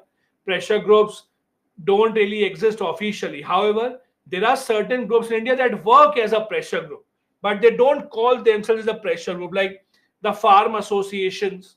They are not registered as pressure, they are registered as unions, but they do act as a pressure group. Now, these are just a few examples because they were out in the open. But on the background also, there are many pressure groups that constantly run. For example, what happened with the farm bill or what happened with the Lokpal bill? It was out in the open. In both the cases, everyone in the country saw what is happening. It was right on the streets. But in reality, in the background also, there are a lot of pressure groups that keep on working. For example, look at the corporates in India. The big corporates in India are always interested in what kind of budget is being prepared. They're always interested in what kind of government policies are being made. So what happens? These big corporate groups are always in touch with the government, trying to influence the policies. Whenever the government makes any new policy, any big policy, they always try to ensure that they are working with the government at the background, and they're letting the government know what do they want in a certain policy. So it's not that only these kind of groups exist that work in the open. On the background also, these special groups keep on working. These special groups create a link between the government and the public, and they argue that they are the voice of the common people. Because the common people can't reach the government, these pressure groups claim that they represent the common people. Whether they do or not, it's anyone who can guess. But the pressure groups usually claim that they are the ones who are bringing the voice of the common people towards the government. They have some experts in their field also who can provide relevant information to the government as well in the long run. Let me give you some examples of pressure groups that we see in India. Groups that work as pressure groups, for example, FICCI, CII, these are, as I said, corporate groups. All the big corporate organizations are members in these groups. They are constantly in touch with the government, trying to tell the government what kind of policies do they want. Trade unions, agrarian, farmer related groups, professional associations. For example, when the government made a law that every doctor, after taking the MBBS degree, needs to work in the rural areas, needs to work in the villages for some time, there was a huge protest by Indian Medical Association, the IMA. Similarly, the journalists, they have their own groupings. Student organizations like ABVP, NSUI also exist. There are religious organizations, caste groups, tribal organizations. There are a lot of these organizations that work on different levels to make sure that their own agenda is forwarded, their own agenda is in front of the government so that the government of India can actually look into that. Now, as I told you, the main job of the pressure group is to form a public opinion, to make sure that enough people support their idea so that the government knows that if they don't accept the idea, people will not vote for them. See, in a democratic country, for the government to accept your demands, either the government should like your demands or the government should be worried that if they don't like your demands, they will not get enough votes. Because in a democracy, at the end of the day, everything comes down to votes. Whether you have enough votes or not, whether you are in power or not. So every political party will accept your demands if they think that enough people care for this. And if they don't accept the demands, it will harm them in the elections. That is how the pressure groups work. So pressure groups try to form public opinion. They try to ensure that enough people care about what they are demanding from the government, and then they try to bring out policies from the government. Now, let me give you an example of probably the most successful pressure group in the entire world. Just yeah. We'll just come back to this slide in a bit. If you look at the pressure groups, probably the most successful example is this National Rifle Association. Now, what exactly is this? Let's try and understand. This is a case of the US. America is the only country in the entire world that has more guns than people. America is the only country in the world where there are more guns as compared to people. In other words, on an average, America has more than one gun per person. Because owning a gun is very, very, very easy in the US. You can just go to a supermarket. Like in India, you go to Big Bazaar or D-Mart, you buy a gun and come out. That is what happens in the US. So it's very easy to buy a gun, very easy to buy a weapon. It is a fundamental right to keep a weapon in the US. Because of this, there has been a large scale gun violence in the US. The US has seen many shootouts. There are unfortunate instances of people taking machine guns into the schools and colleges and open spaces and firing people. Whenever such public firing happens in the US, whenever people are killed by someone taking a gun, there are always demands in the US that buying a gun should not be this easy. There are always demands in the US that the government should change the law and the government should make it difficult to buy a gun. However, let just imagine if the government makes it difficult to buy a gun, who will be at a loss? It is obviously the gun making companies. Gun making companies do not want government to make it difficult to buy a gun. So what the gun making companies in US did was they formed a group. All of them came together. They formed a group called National Rifle Association. Now what does it do? The National Rifle Association, whenever they think the government is trying to introduce a law to make it difficult to buy guns, they start influencing the members of parliament, and they do everything legally. It's not illegal. For example, they will go to a member of parliament and they will tell the member of parliament that don't vote in favor of this law. In return, we will build a school in your constituency, or in return, we will build a hospital in your area, so that in the next election you can tell the people that, see, I built a hospital, I built a school, so you can win election again. So what NRA does, it legally donates a lot of money to the members of the parliament, so that they make sure that the members of the parliament do not vote against the interest of this association. And they have been so successful that despite so many of the presidents changing, despite many presidents speaking against gun violence, none of the president has been able to pass a law that makes it difficult to buy a gun. Obama tried it all his 8 years. Joe Biden tried it 4 years. Nothing really happened. Because whenever they tried to introduce such a bill, NRA, which has so much money, they started influencing members of parliament from their own party itself not to vote in favor of the bill. And because America does not have any anti-defection law, that is why the members of the parliament are not bound by what their party says. They can vote on their own. And that is why such associations such as the NRA are so important. They have been able to make sure that they do not allow the government to pass a law. That is how the pressure groups usually work. Now, the pressure groups have some issues for the country with respect to the country. Number one, they are mostly biased. They look into their own interest. Like if we have a farmer-based pressure group, they look into what is good for the farmers and not for others. National Gun Association, National Rifle Association will look into what is in their interest and not anyone else's interest. They spread propaganda. What is propaganda? Kind of false information.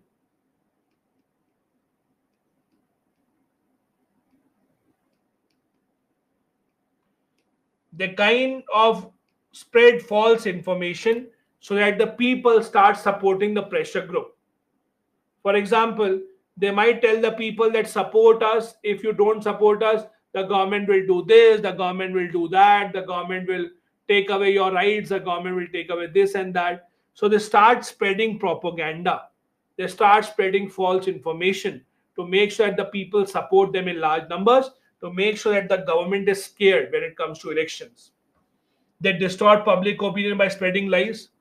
They use lobbying for their promotion, leading to corruption as well. Lobbying basically means influencing.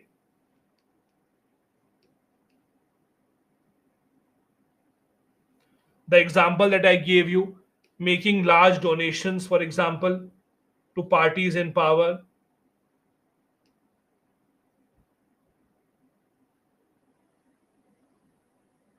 Making large donations to parties in power. All these are things that the pressure groups do, which can lead to corruption also at a large scale. And that is why it becomes problematic to have pressure groups. Related to this, we also have NGOs and self-help groups. Now, NGOs and self-help groups are not really pressure groups, but they also are a separate topic that we'll study. A couple of questions I'll answer quickly. Shreyank, RSS, whoever is asking me, is this a pressure group? Is this not a pressure group? Please understand, there is no official pressure group in India. For example, tomorrow you can bring 5,000 children together, students together, come out on the street and start demanding changes with the UPSC. You will become a pressure group automatically. So there is no definition or no official registration of a pressure group in India. So if you ask this, is this a pressure group? Is that a pressure group? Again, there is no official recognition of a pressure group in India. If a group tries to influence the government, it automatically becomes a pressure group, as simple as that. Madhur, that is your answer. There is no largest or biggest pressure group in India. Please understand this. There is no official pressure group in India as such.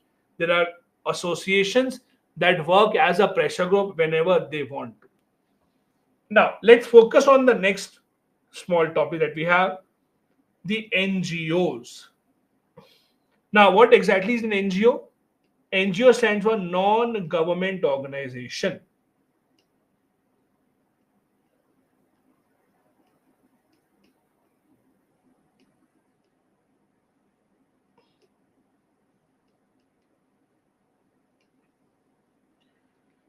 Priyanka, government authorities can't receive donations funding under FCRA.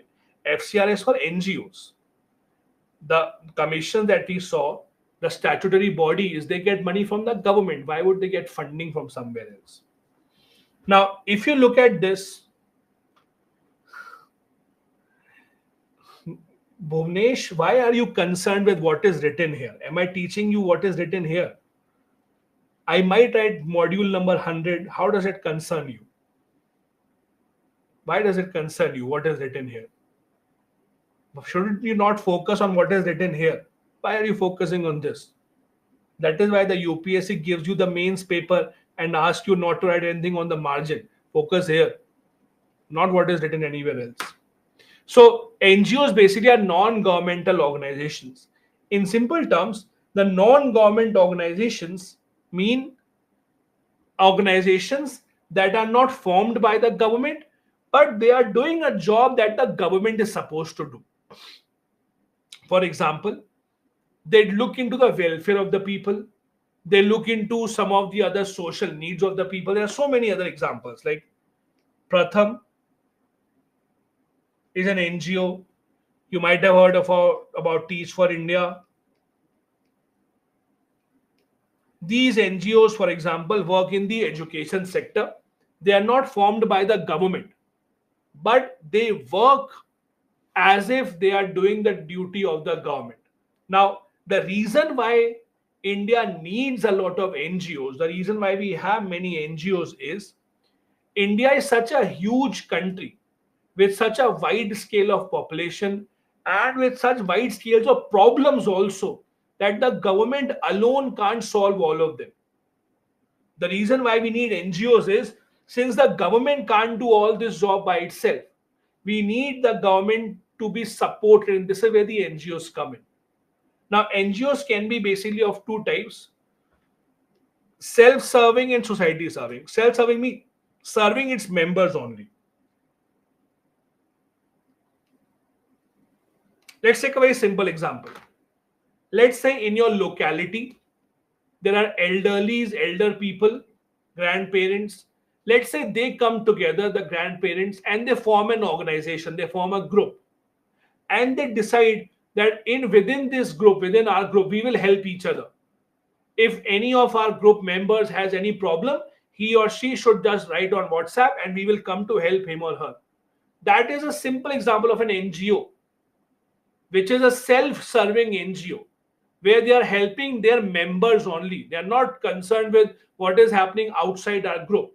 They have come together, they have formed a group, and the idea is if some of our members need support, the other member will come and help him or her out. That's a self-serving NGO. Then there are society serving like Pratham, Teach for India, uh, Robin Hood Army. They help the society by providing education, by providing food, by helping people find jobs, etc., by helping them with skill development, etc. All of these are society serving. Society serving means they are not serving their own members only. They are openly serving they are openly serving people in the society.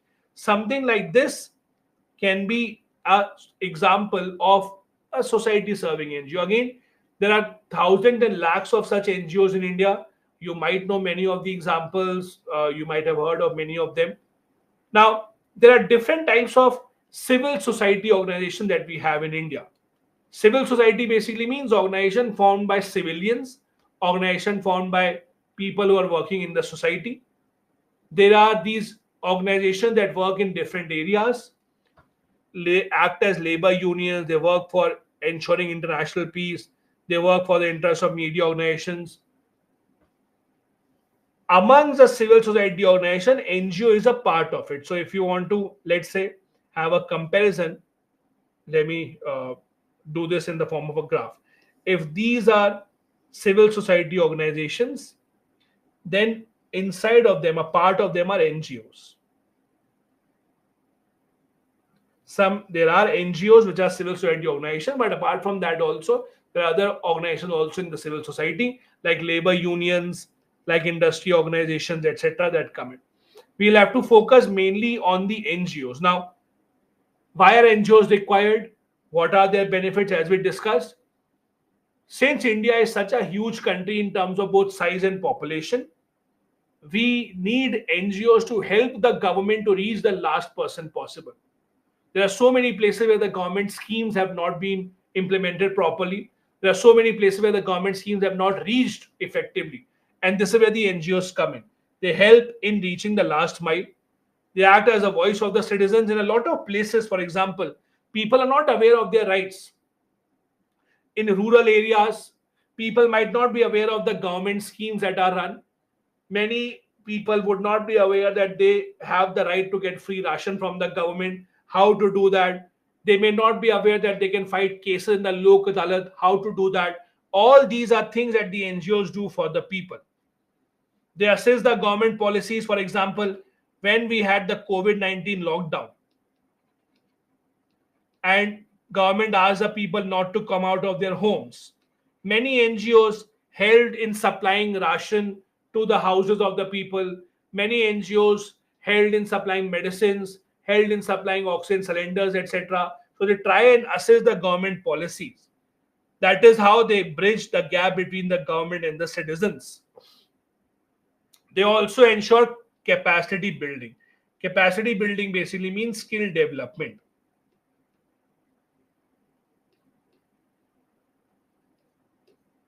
They train people in new skills so that they can find better jobs and better opportunities.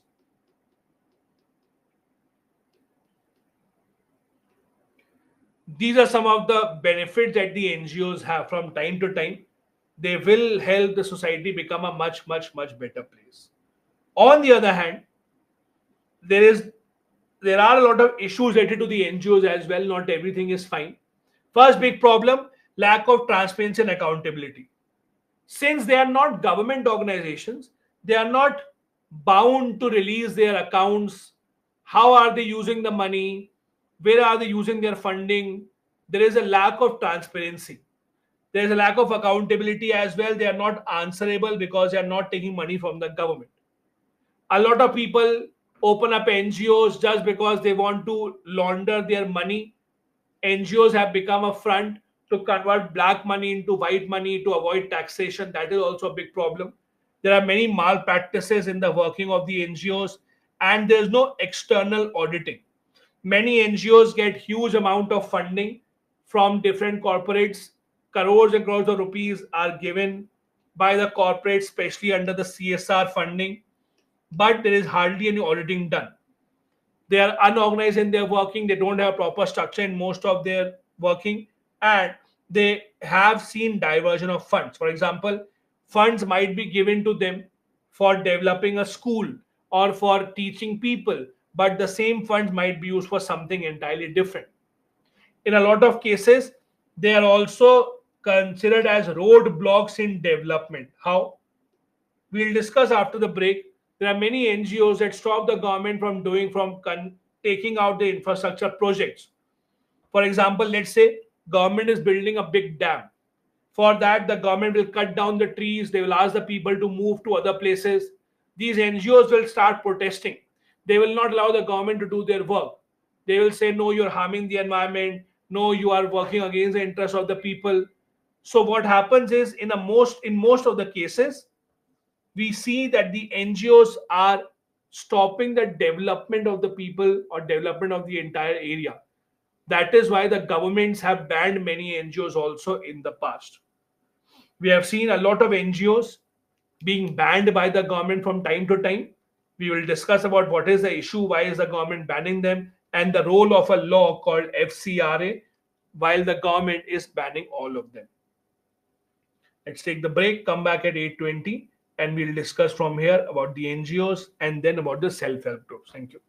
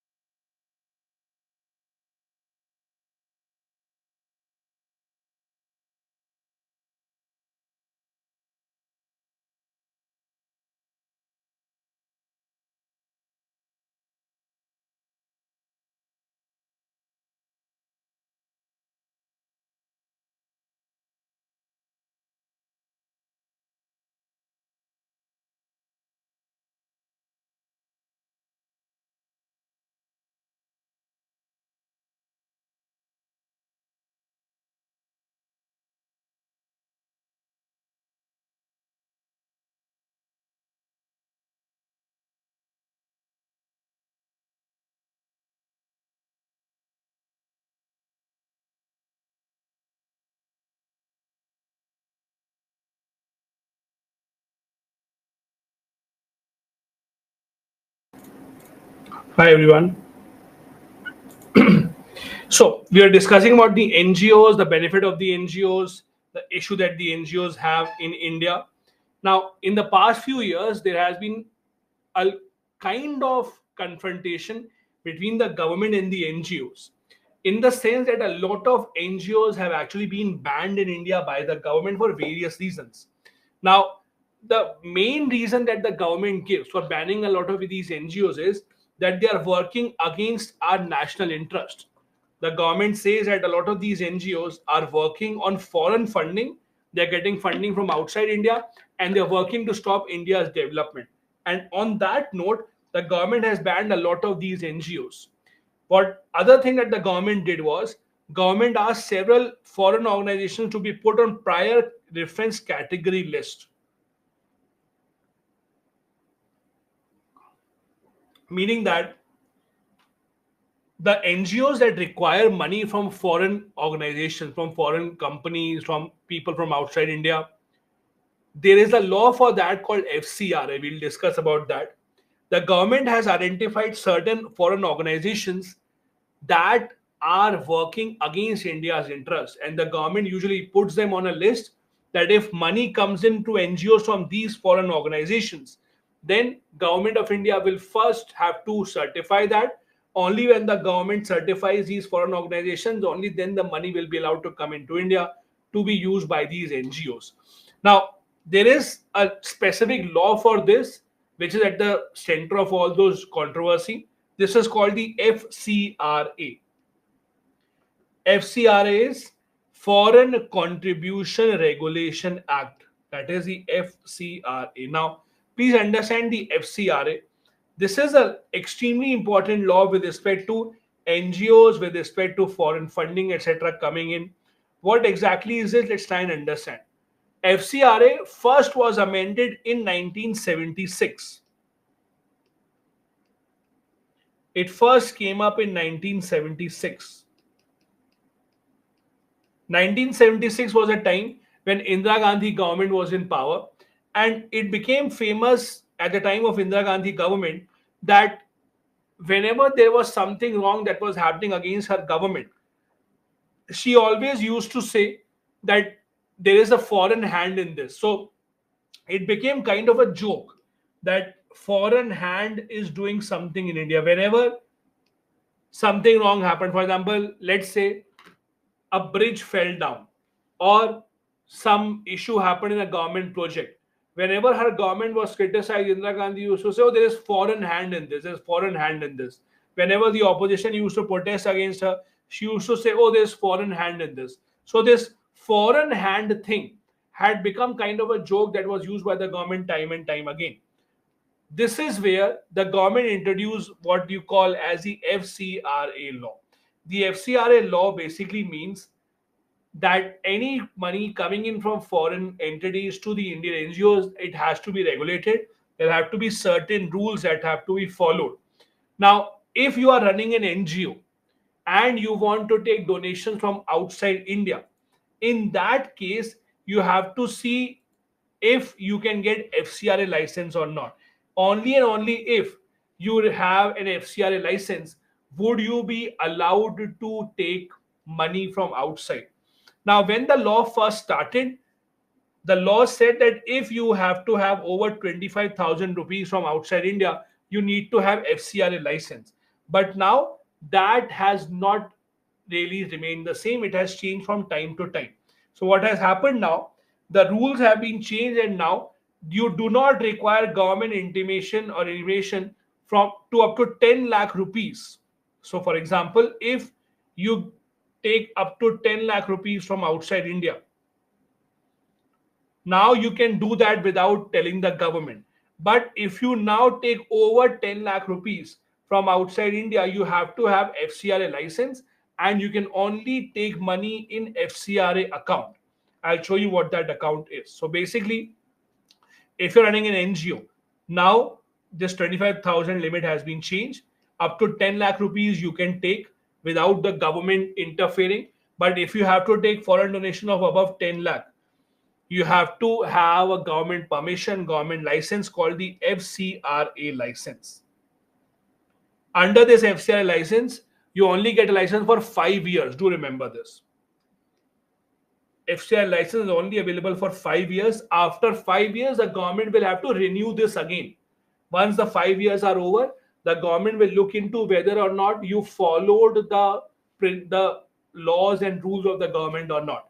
If the government thought that in these 5 years you did not follow the government rules, then the government will not renew your license.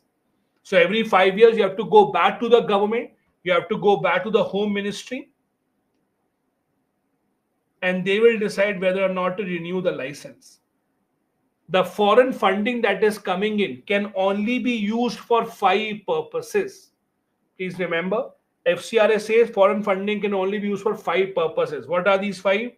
Social, educational, religious, economic, and cultural. Social, education, religious, economic, and cultural. Only for these 5. Now, if you see here, there is something very important missing out. In these 5, you do not see the word environmental. The word environmental is not mentioned. Why? Because the government in the past few years has been fed up of NGOs working in the name of environment. The government thinks that these NGOs who pretend to favor the environment, who pretend that they are trying to conserve the environment, they are actually working to stop India's progress. The government feels that these NGOs, like, and I'll give you an example also. There's a very famous NGO called Greenpeace. It's an international NGO, not Indian. Greenpeace is an international NGO that works against the government projects when the government is trying to cut down any forest, when the government is trying to harm the environment. This NGO comes in and these NGOs try to stop the government project. Let's take a simple example. Let's say the government wants to build a huge dam. Now, when the dam is built, it will produce electricity, it will help the people. But building of dam requires many people to leave their house, go to some new place, and the government will resettle them. But when the government requests the people to leave their house, to leave their land, the NGO will come in, they will try to convince people not to go anywhere. Stay there, fight against the government, demand for more money, demand for more compensation. So what happens is government projects are delayed. Government thinks that these NGOs are spreading false information against the government, and that is why the government has banned NGOs such as the Greenpeace. This FCRA law has many important provisions. For example, number 1, this bars public servants from receiving foreign contributions. So a public servant working for the government cannot take any foreign contribution, number 1. Second, if you get foreign contribution as in your NGO, you cannot transfer it to someone else. If money has been given to you by some foreign entity, by some rich person in America who wants to do something good, if he gives money to you, you cannot transfer it to someone else. It has to be used by your organization only. You must have an Aadhaar number of all the people working in the NGO. Every NGO must have a special bank account called FCRA account. All the foreign funding coming in can come into one bank account only called the FCRA account. This account will be opened by State Bank of India in a specific New Delhi branch.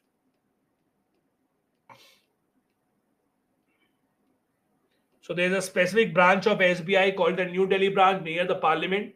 This is the only branch where you have to open your FCRA account, and all the money coming in will come into this account only. Also, out of all the money coming in, only 20% can be used for administrative expenses. Now, what do you mean by this? I'll give you an example. Let's assume there's an NGO that says that we teach poor people poor kids in India. Let's assume this NGO got 10 crore rupees of donation from a businessman in the US. He thought that I'll do something good. Let me give 10 crore rupees to this NGO. Now, this NGO, let's assume what it does. After 10 crore rupees are given, this NGO says, okay, now let me buy a office for 1 crore rupees first. I want a good office. Then he says, let me buy a good car also for 50 lakh rupees because I have to travel a lot. Then he would say, let me also buy a big land. I will build a school later on. And he spends 5 crore rupees to buy a land. All in all, basically, he spends 6.5 crore rupees on administrative expenses. He is not even started to teach. The teaching part is only for 3.5 crore. That is not allowed. The government says maximum only 20% of contribution can be used in administrative expenses. Administrative expenses can be like running an office, buying certain products, buying certain office supplies that you require, but maximum that you can spend in this is 20%. Earlier it used to be 50%, that maximum 50% you can spend for administrative expenses. Now up to 20% you can spend for administrative expenses. Also, if you have stopped your NGO, if you have closed down your NGO, then you must surrender your FCRA certificate. You cannot transfer to someone else.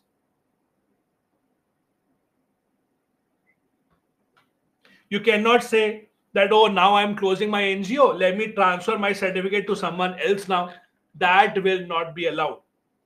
If your certificate or if your NGO has been shut down, you have to surrender your certificate and you cannot transfer it to anyone else. Now, this FCRA law was introduced by the government to regulate foreign funding, foreign interference. But the problem is, in the past few years, it has now been said that the government is misusing it to control the NGOs. Why? As we discussed, any NGO getting the FCRA license, they only get it for 5 years. After 5 years, you have to apply for a renewal.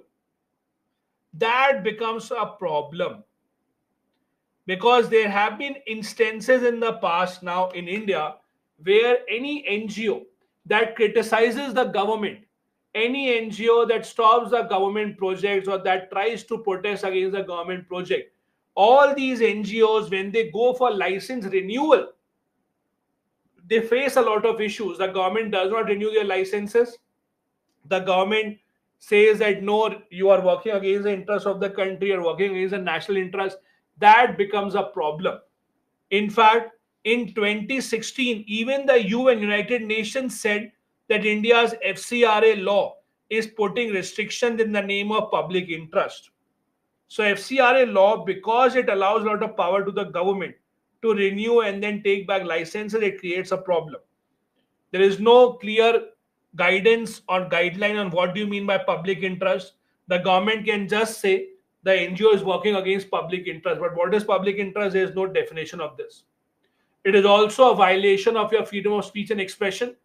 As a citizen of the country, you're allowed to criticize the government, you're allowed to have your own expression, but the government may use this to ensure that you are not able to renew your licenses, and that becomes a big problem. The government has again banned many NGOs in the past few years, mostly those that have been criticizing against the government. And that is why the FCRA law is being seen as a violation of constitutional rights. It is being seen as putting restriction on the work of the NGOs, and it is being seen as something that is taking away the freedom of the people who are working in the NGOs or who are running NGOs in India. These are the implications of this law, and that is why this particular law has been under a lot of debate. Not everyone opposes this. Many people support this law. Many people say that this is good. There should be regulation. There is a lot of foreign interference. But to what extent can the government control it? To what extent should the government be allowed to decide whether license should be given or not? That remains a matter of concern. As you can see, the example that I gave you earlier, Greenpeace NGO was banned by the government. Greenpeace again is an international NGO. It works at multiple countries. For example, in Russia also, when Russia famously was trying to explore the Arctic area for exploration of gas and oil. Greenpeace NGO protested to a very large scale in Russia as well. So many countries have seen these protests against governments carried out by multiple NGOs working for the environment. Now, the last topic for today in today's class is self help groups. You might have heard this name called the self help groups or SHGs. What exactly are these? Self help group are organization of people coming together, usually of the same strata, usually of the same income level, people coming together and try to help each other by, let's say, starting a new business, or helping each other, not starting a business but helping each other in some other ways. These are called self-help groups. These are usually seen in rural areas. For I'll give you an example. Let's say 20 women come together in the rural area in a village, and they decide that together they will make pickles, and then they will market it, they will sell it. Whatever they earn, whatever profit they have, they will divide it equally amongst themselves. This is an example of a self-help group. That is how the self-help groups usually work. The self-help groups, as I said, they mainly ensure, or they mainly have participation from women who are in a same kind of an income criteria, same kind of a social status, so that they can help each other. There is no hierarchy involved. We do not have someone who is a manager, someone who is the owner. Responsibility is divided equally. The profit is divided equally, so that everyone has certain incentive to work properly. You have seen multiple examples of this. The biggest example, or the most successful example of a self-help group in India is Kudumshri. Shan, it is the Ministry of Home Affairs. Home Affairs Ministry issues licenses for FCRA and they renew the license for FCRA. Now, Kudumshri is one of the most famous in self-help groups in India. It was set up by the Kerala government. And now Kerala government, this Kudumshri, does a lot of things. It has lakhs and lakhs of members. Now they even train women members to get new skills, to acquire new skills so that they can get better jobs. There are many such examples of that. Now there are many benefits that these self-help groups have. They bring social integrity by bringing people together in the society, gender equity by encouraging women, by empowering women after they earn money so that they can come at par with the male gender who is earning money in the family. Once these become successful, they can also act as a pressure group. Once these become successful, once we see enough people joining this, once we see enough people getting support, getting income, taking employment or giving employment to others, they can also act as a pressure group in the society. They give voice to marginalized section. They help in financial inclusion. How? Financial inclusion in the sense that many self-help groups have to take loans from banks. When you take a loan from the bank, you are forced to keep an account, you maintain your proper data, and that is how you are financially much more educated. It changes consumption patterns. How? It is very well known that when a woman starts to earn in a family, most of her spending is on the family itself. So when the women starts to earn in the family, what the women does is she spends much more on the household. So the things that people eat in the household, the quality of stuff that people eat in the household, the nutrition in the household, it changes drastically when women start to earn. So any change or any beginning in women income leads to a big change in the consumption patterns in the entire family, and that is when these self-help groups make a big impact. They also lead to banking literacy, as we discussed. When you take loan from the bank, they have to understand how the banks work, they have to understand how to maintain their records, and that is why these self-help groups make sure that even when small scale self-help groups are running, you have much more banking and financial literacy. As you can see here, women self-help groups have been in the news, not just in India, but around the world. The World Bank had appreciated the role of women's self-help groups during the COVID-19 pandemic. They had been helping women earn money. They had been helping in training women so that they can get better jobs. Self-help groups even helped in supplying ration, medicines, etc. to households around the entire country.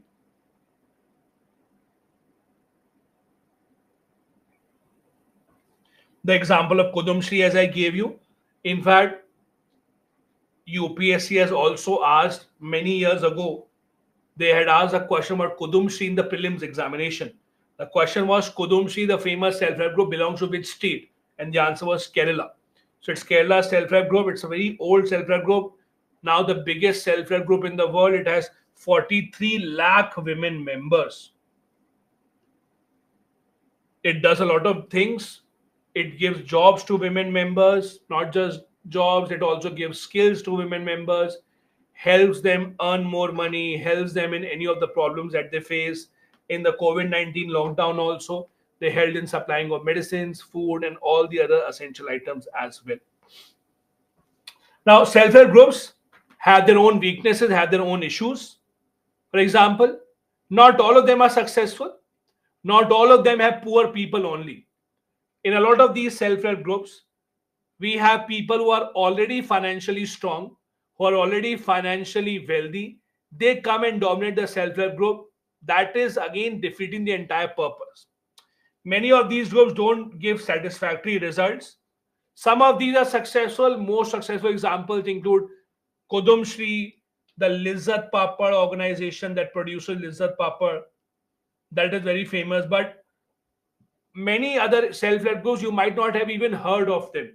They come up, they open up, they are not successful, and they are closed down. They don't have enough skills to compete with the companies, and they lack qualified personnel. Now understand this.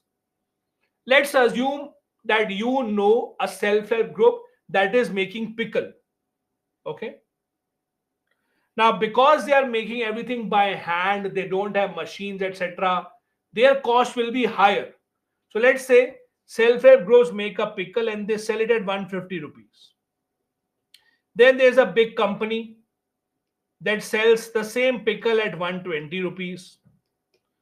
Now, when you go to the market to buy pickle, you are a very good person, kind-hearted person, you want to support self-help groups. So you will say, okay, no problem, I will buy 150 rupees pickle. I want to help them out. But how long will you continue that? You can buy it once, you can buy it twice, three times, but then you want to save money also, right? You would want them to bring their costs down so that you don't have to choose between the two, right? That is the entire idea. You can support them once or twice by just taking them, but in the long run you would want to ensure that the cost comes down. This is something that is not that easy. They need to have skills for that, they need to have qualified personnel. That does not happen. Many of them don't have proper accounting practices. So even if they take a loan from the bank, for example, they can't maintain proper records of profit and loss. That becomes a problem. They lack their own resources. And many of them are dependent on the NGO. So in a lot of self-help groups, what happens is how they start basically is that some NGO will come in and some NGO will train their people. They will collect 10, 20, 15 people, not necessarily women. Remember, self-help group is not only women, it can be men also. Mostly it is women. So, for example, what happens is, let's say an NGO will bring together 20, 25 women, they will give training to them how to make candles, how to make pickles, they will tell them how to sell it, and then the NGO will go away. As long as the NGO is supporting the group, they are working properly. As soon as the NGO goes away, then they start to crumble down because they themselves don't know how to run the business. That becomes a problem. Many of the self-help groups are still running with patriarchal mindset, meaning that the moment they start becoming successful, any self-help group, the moment they start becoming or getting any success, the male members in the family come in and start to interfere. The male members initially would not interfere and see and think that, oh, let the women do whatever they are doing. But the women, let as soon as they start making any profit, the men will come back and they will then start to interfere. That becomes a big problem. These are the things that we needed to study about the self-help groups. Now, in order for you to deploy your skills for answer writing, here are a few previous year mains questions that you can basically try and attempt. First question was from 2018. It's an interesting question. The question is, we have multiple commissions for scheduled cars, scheduled type, backward classes. We have multiple commissions. Is it better to have one single commission for all of them? Is it better to have one single human rights commission that will look into all the different groups? Or is it better to have different commissions? That is what the question is asking. Then there's another question on National Commission for Women in 2017. It was asked, National Commission for Women, is it able to strategize and tackle problems that women face? Give reason in support of an answer. This is where you have to give examples of the initiatives that they have introduced. Remember, we had discussed about the different initiatives that women self that National Commission for Women had introduced, their newsletter, etc., helping with counseling. All of these have to be written here. Then there is another question in 2015. With this, again, this is with respect to women, as I told you, women related questions, women rights related questions, all these things are asked very, very, very regularly. Do read about, and again, for the mains examination, you have to understand there are some common themes that are repeatedly asked in the mains exam time and time again, very, very commonly. Women related issues, farmer related issues, suicide related issues, unemployment. There are 8 to 10 very commonly occurring themes that keep on occurring commonly time and time again in the mains examination. So do have your data about that. You should have updated data about, let's say, suicides in India, updated data about unemployment in India, about healthcare, so maternal mortality rate. These kind of things are extremely commonly asked. So you should have your data about this because they can be asked time and time and time again. Okay, let me see if you can answer some of these questions. Read this question carefully. This was asked in 2011. So answer this from the point of view of 2011. Read this carefully.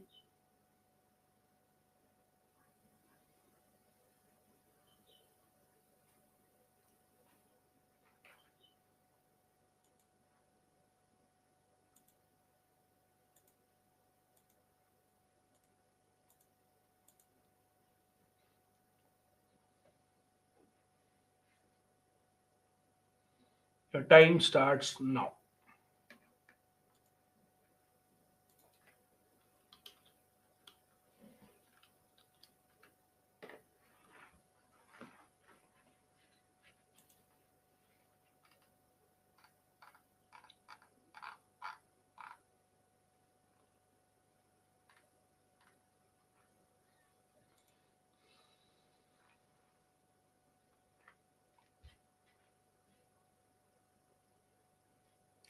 %33 people got this right. This is actually C.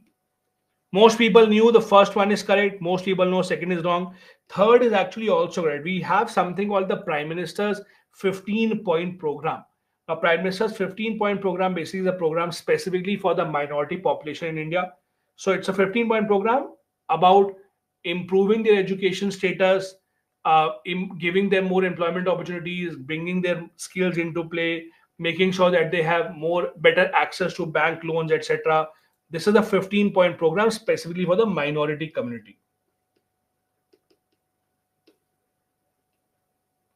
Second is wrong. We do not have any representation of or any reservation as such of minorities in the parliament. Second is wrong. First and third are correct. All right, then. One more question. Read this carefully.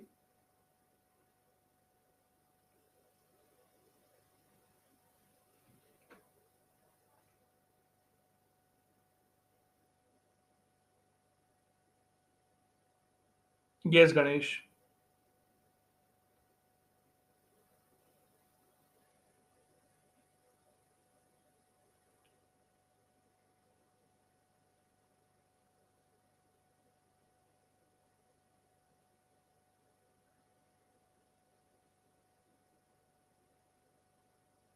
Done? Should we begin?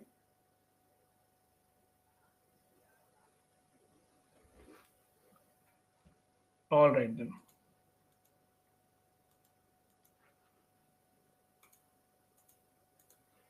The time has started.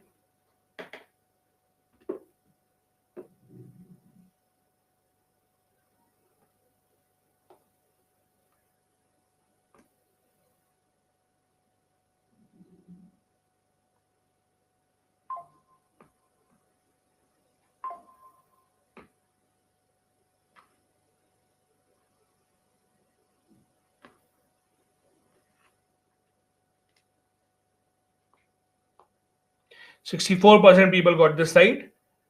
This is B. We have discussed about this. In place of law minister, who has to be here? If not the law minister, then who?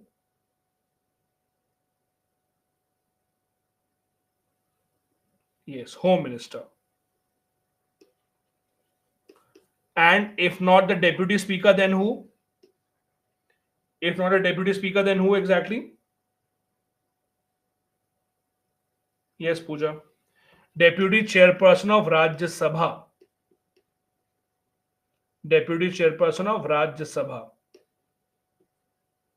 Okay. So this is why the answer here is B. Let's move on. Next question. Read this carefully.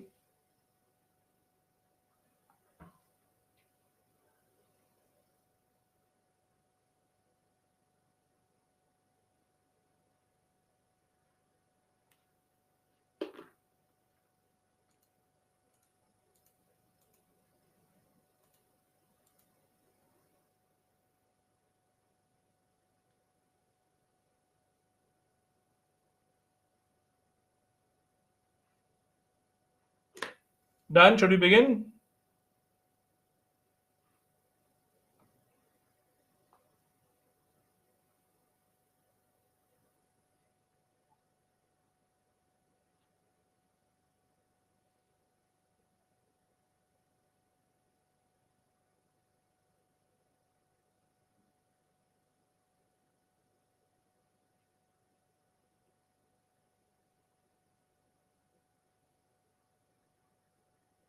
Okay. The time starts now.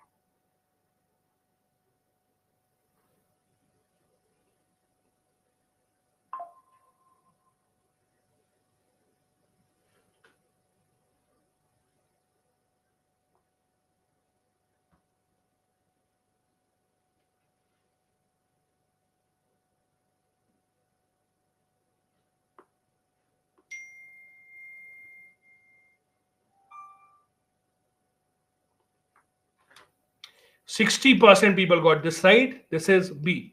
Two statements are correct. Which is wrong? The first one is wrong. Second and third are correct. Maximum administrative expenses can be 20% of the foreign funds that you get, and you cannot transfer money to anyone else, as we had discussed earlier as well. Moving on, your last question for the day is this. This is your last question of the day. Slightly difficult. Let's see if you can answer this.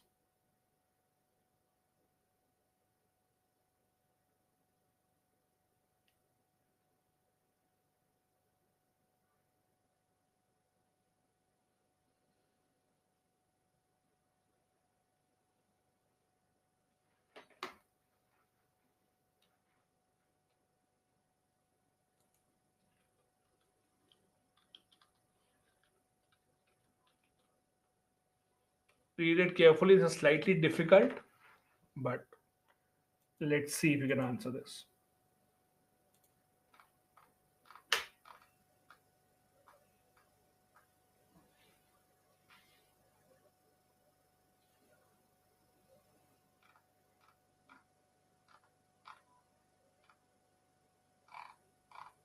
Ready? Should we start?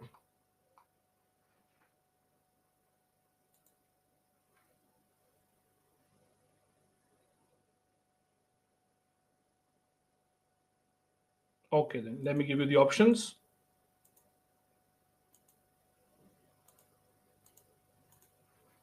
Go.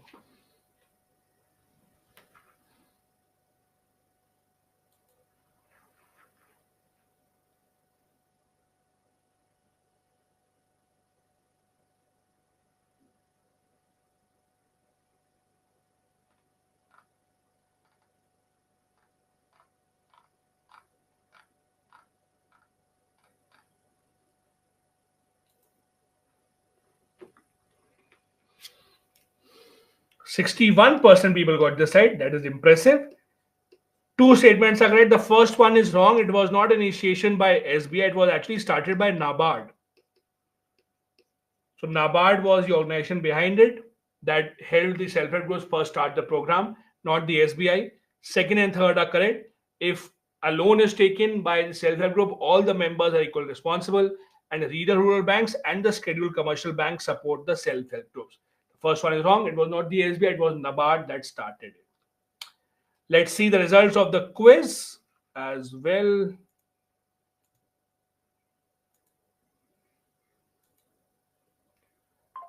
Four people answered all the four questions correctly. We have Devansh, Shimna, Shreyank, and Roshan who answered all the four questions correctly. So good job, guys. Good job. Yes, Lakshmi, that is true. All right, then.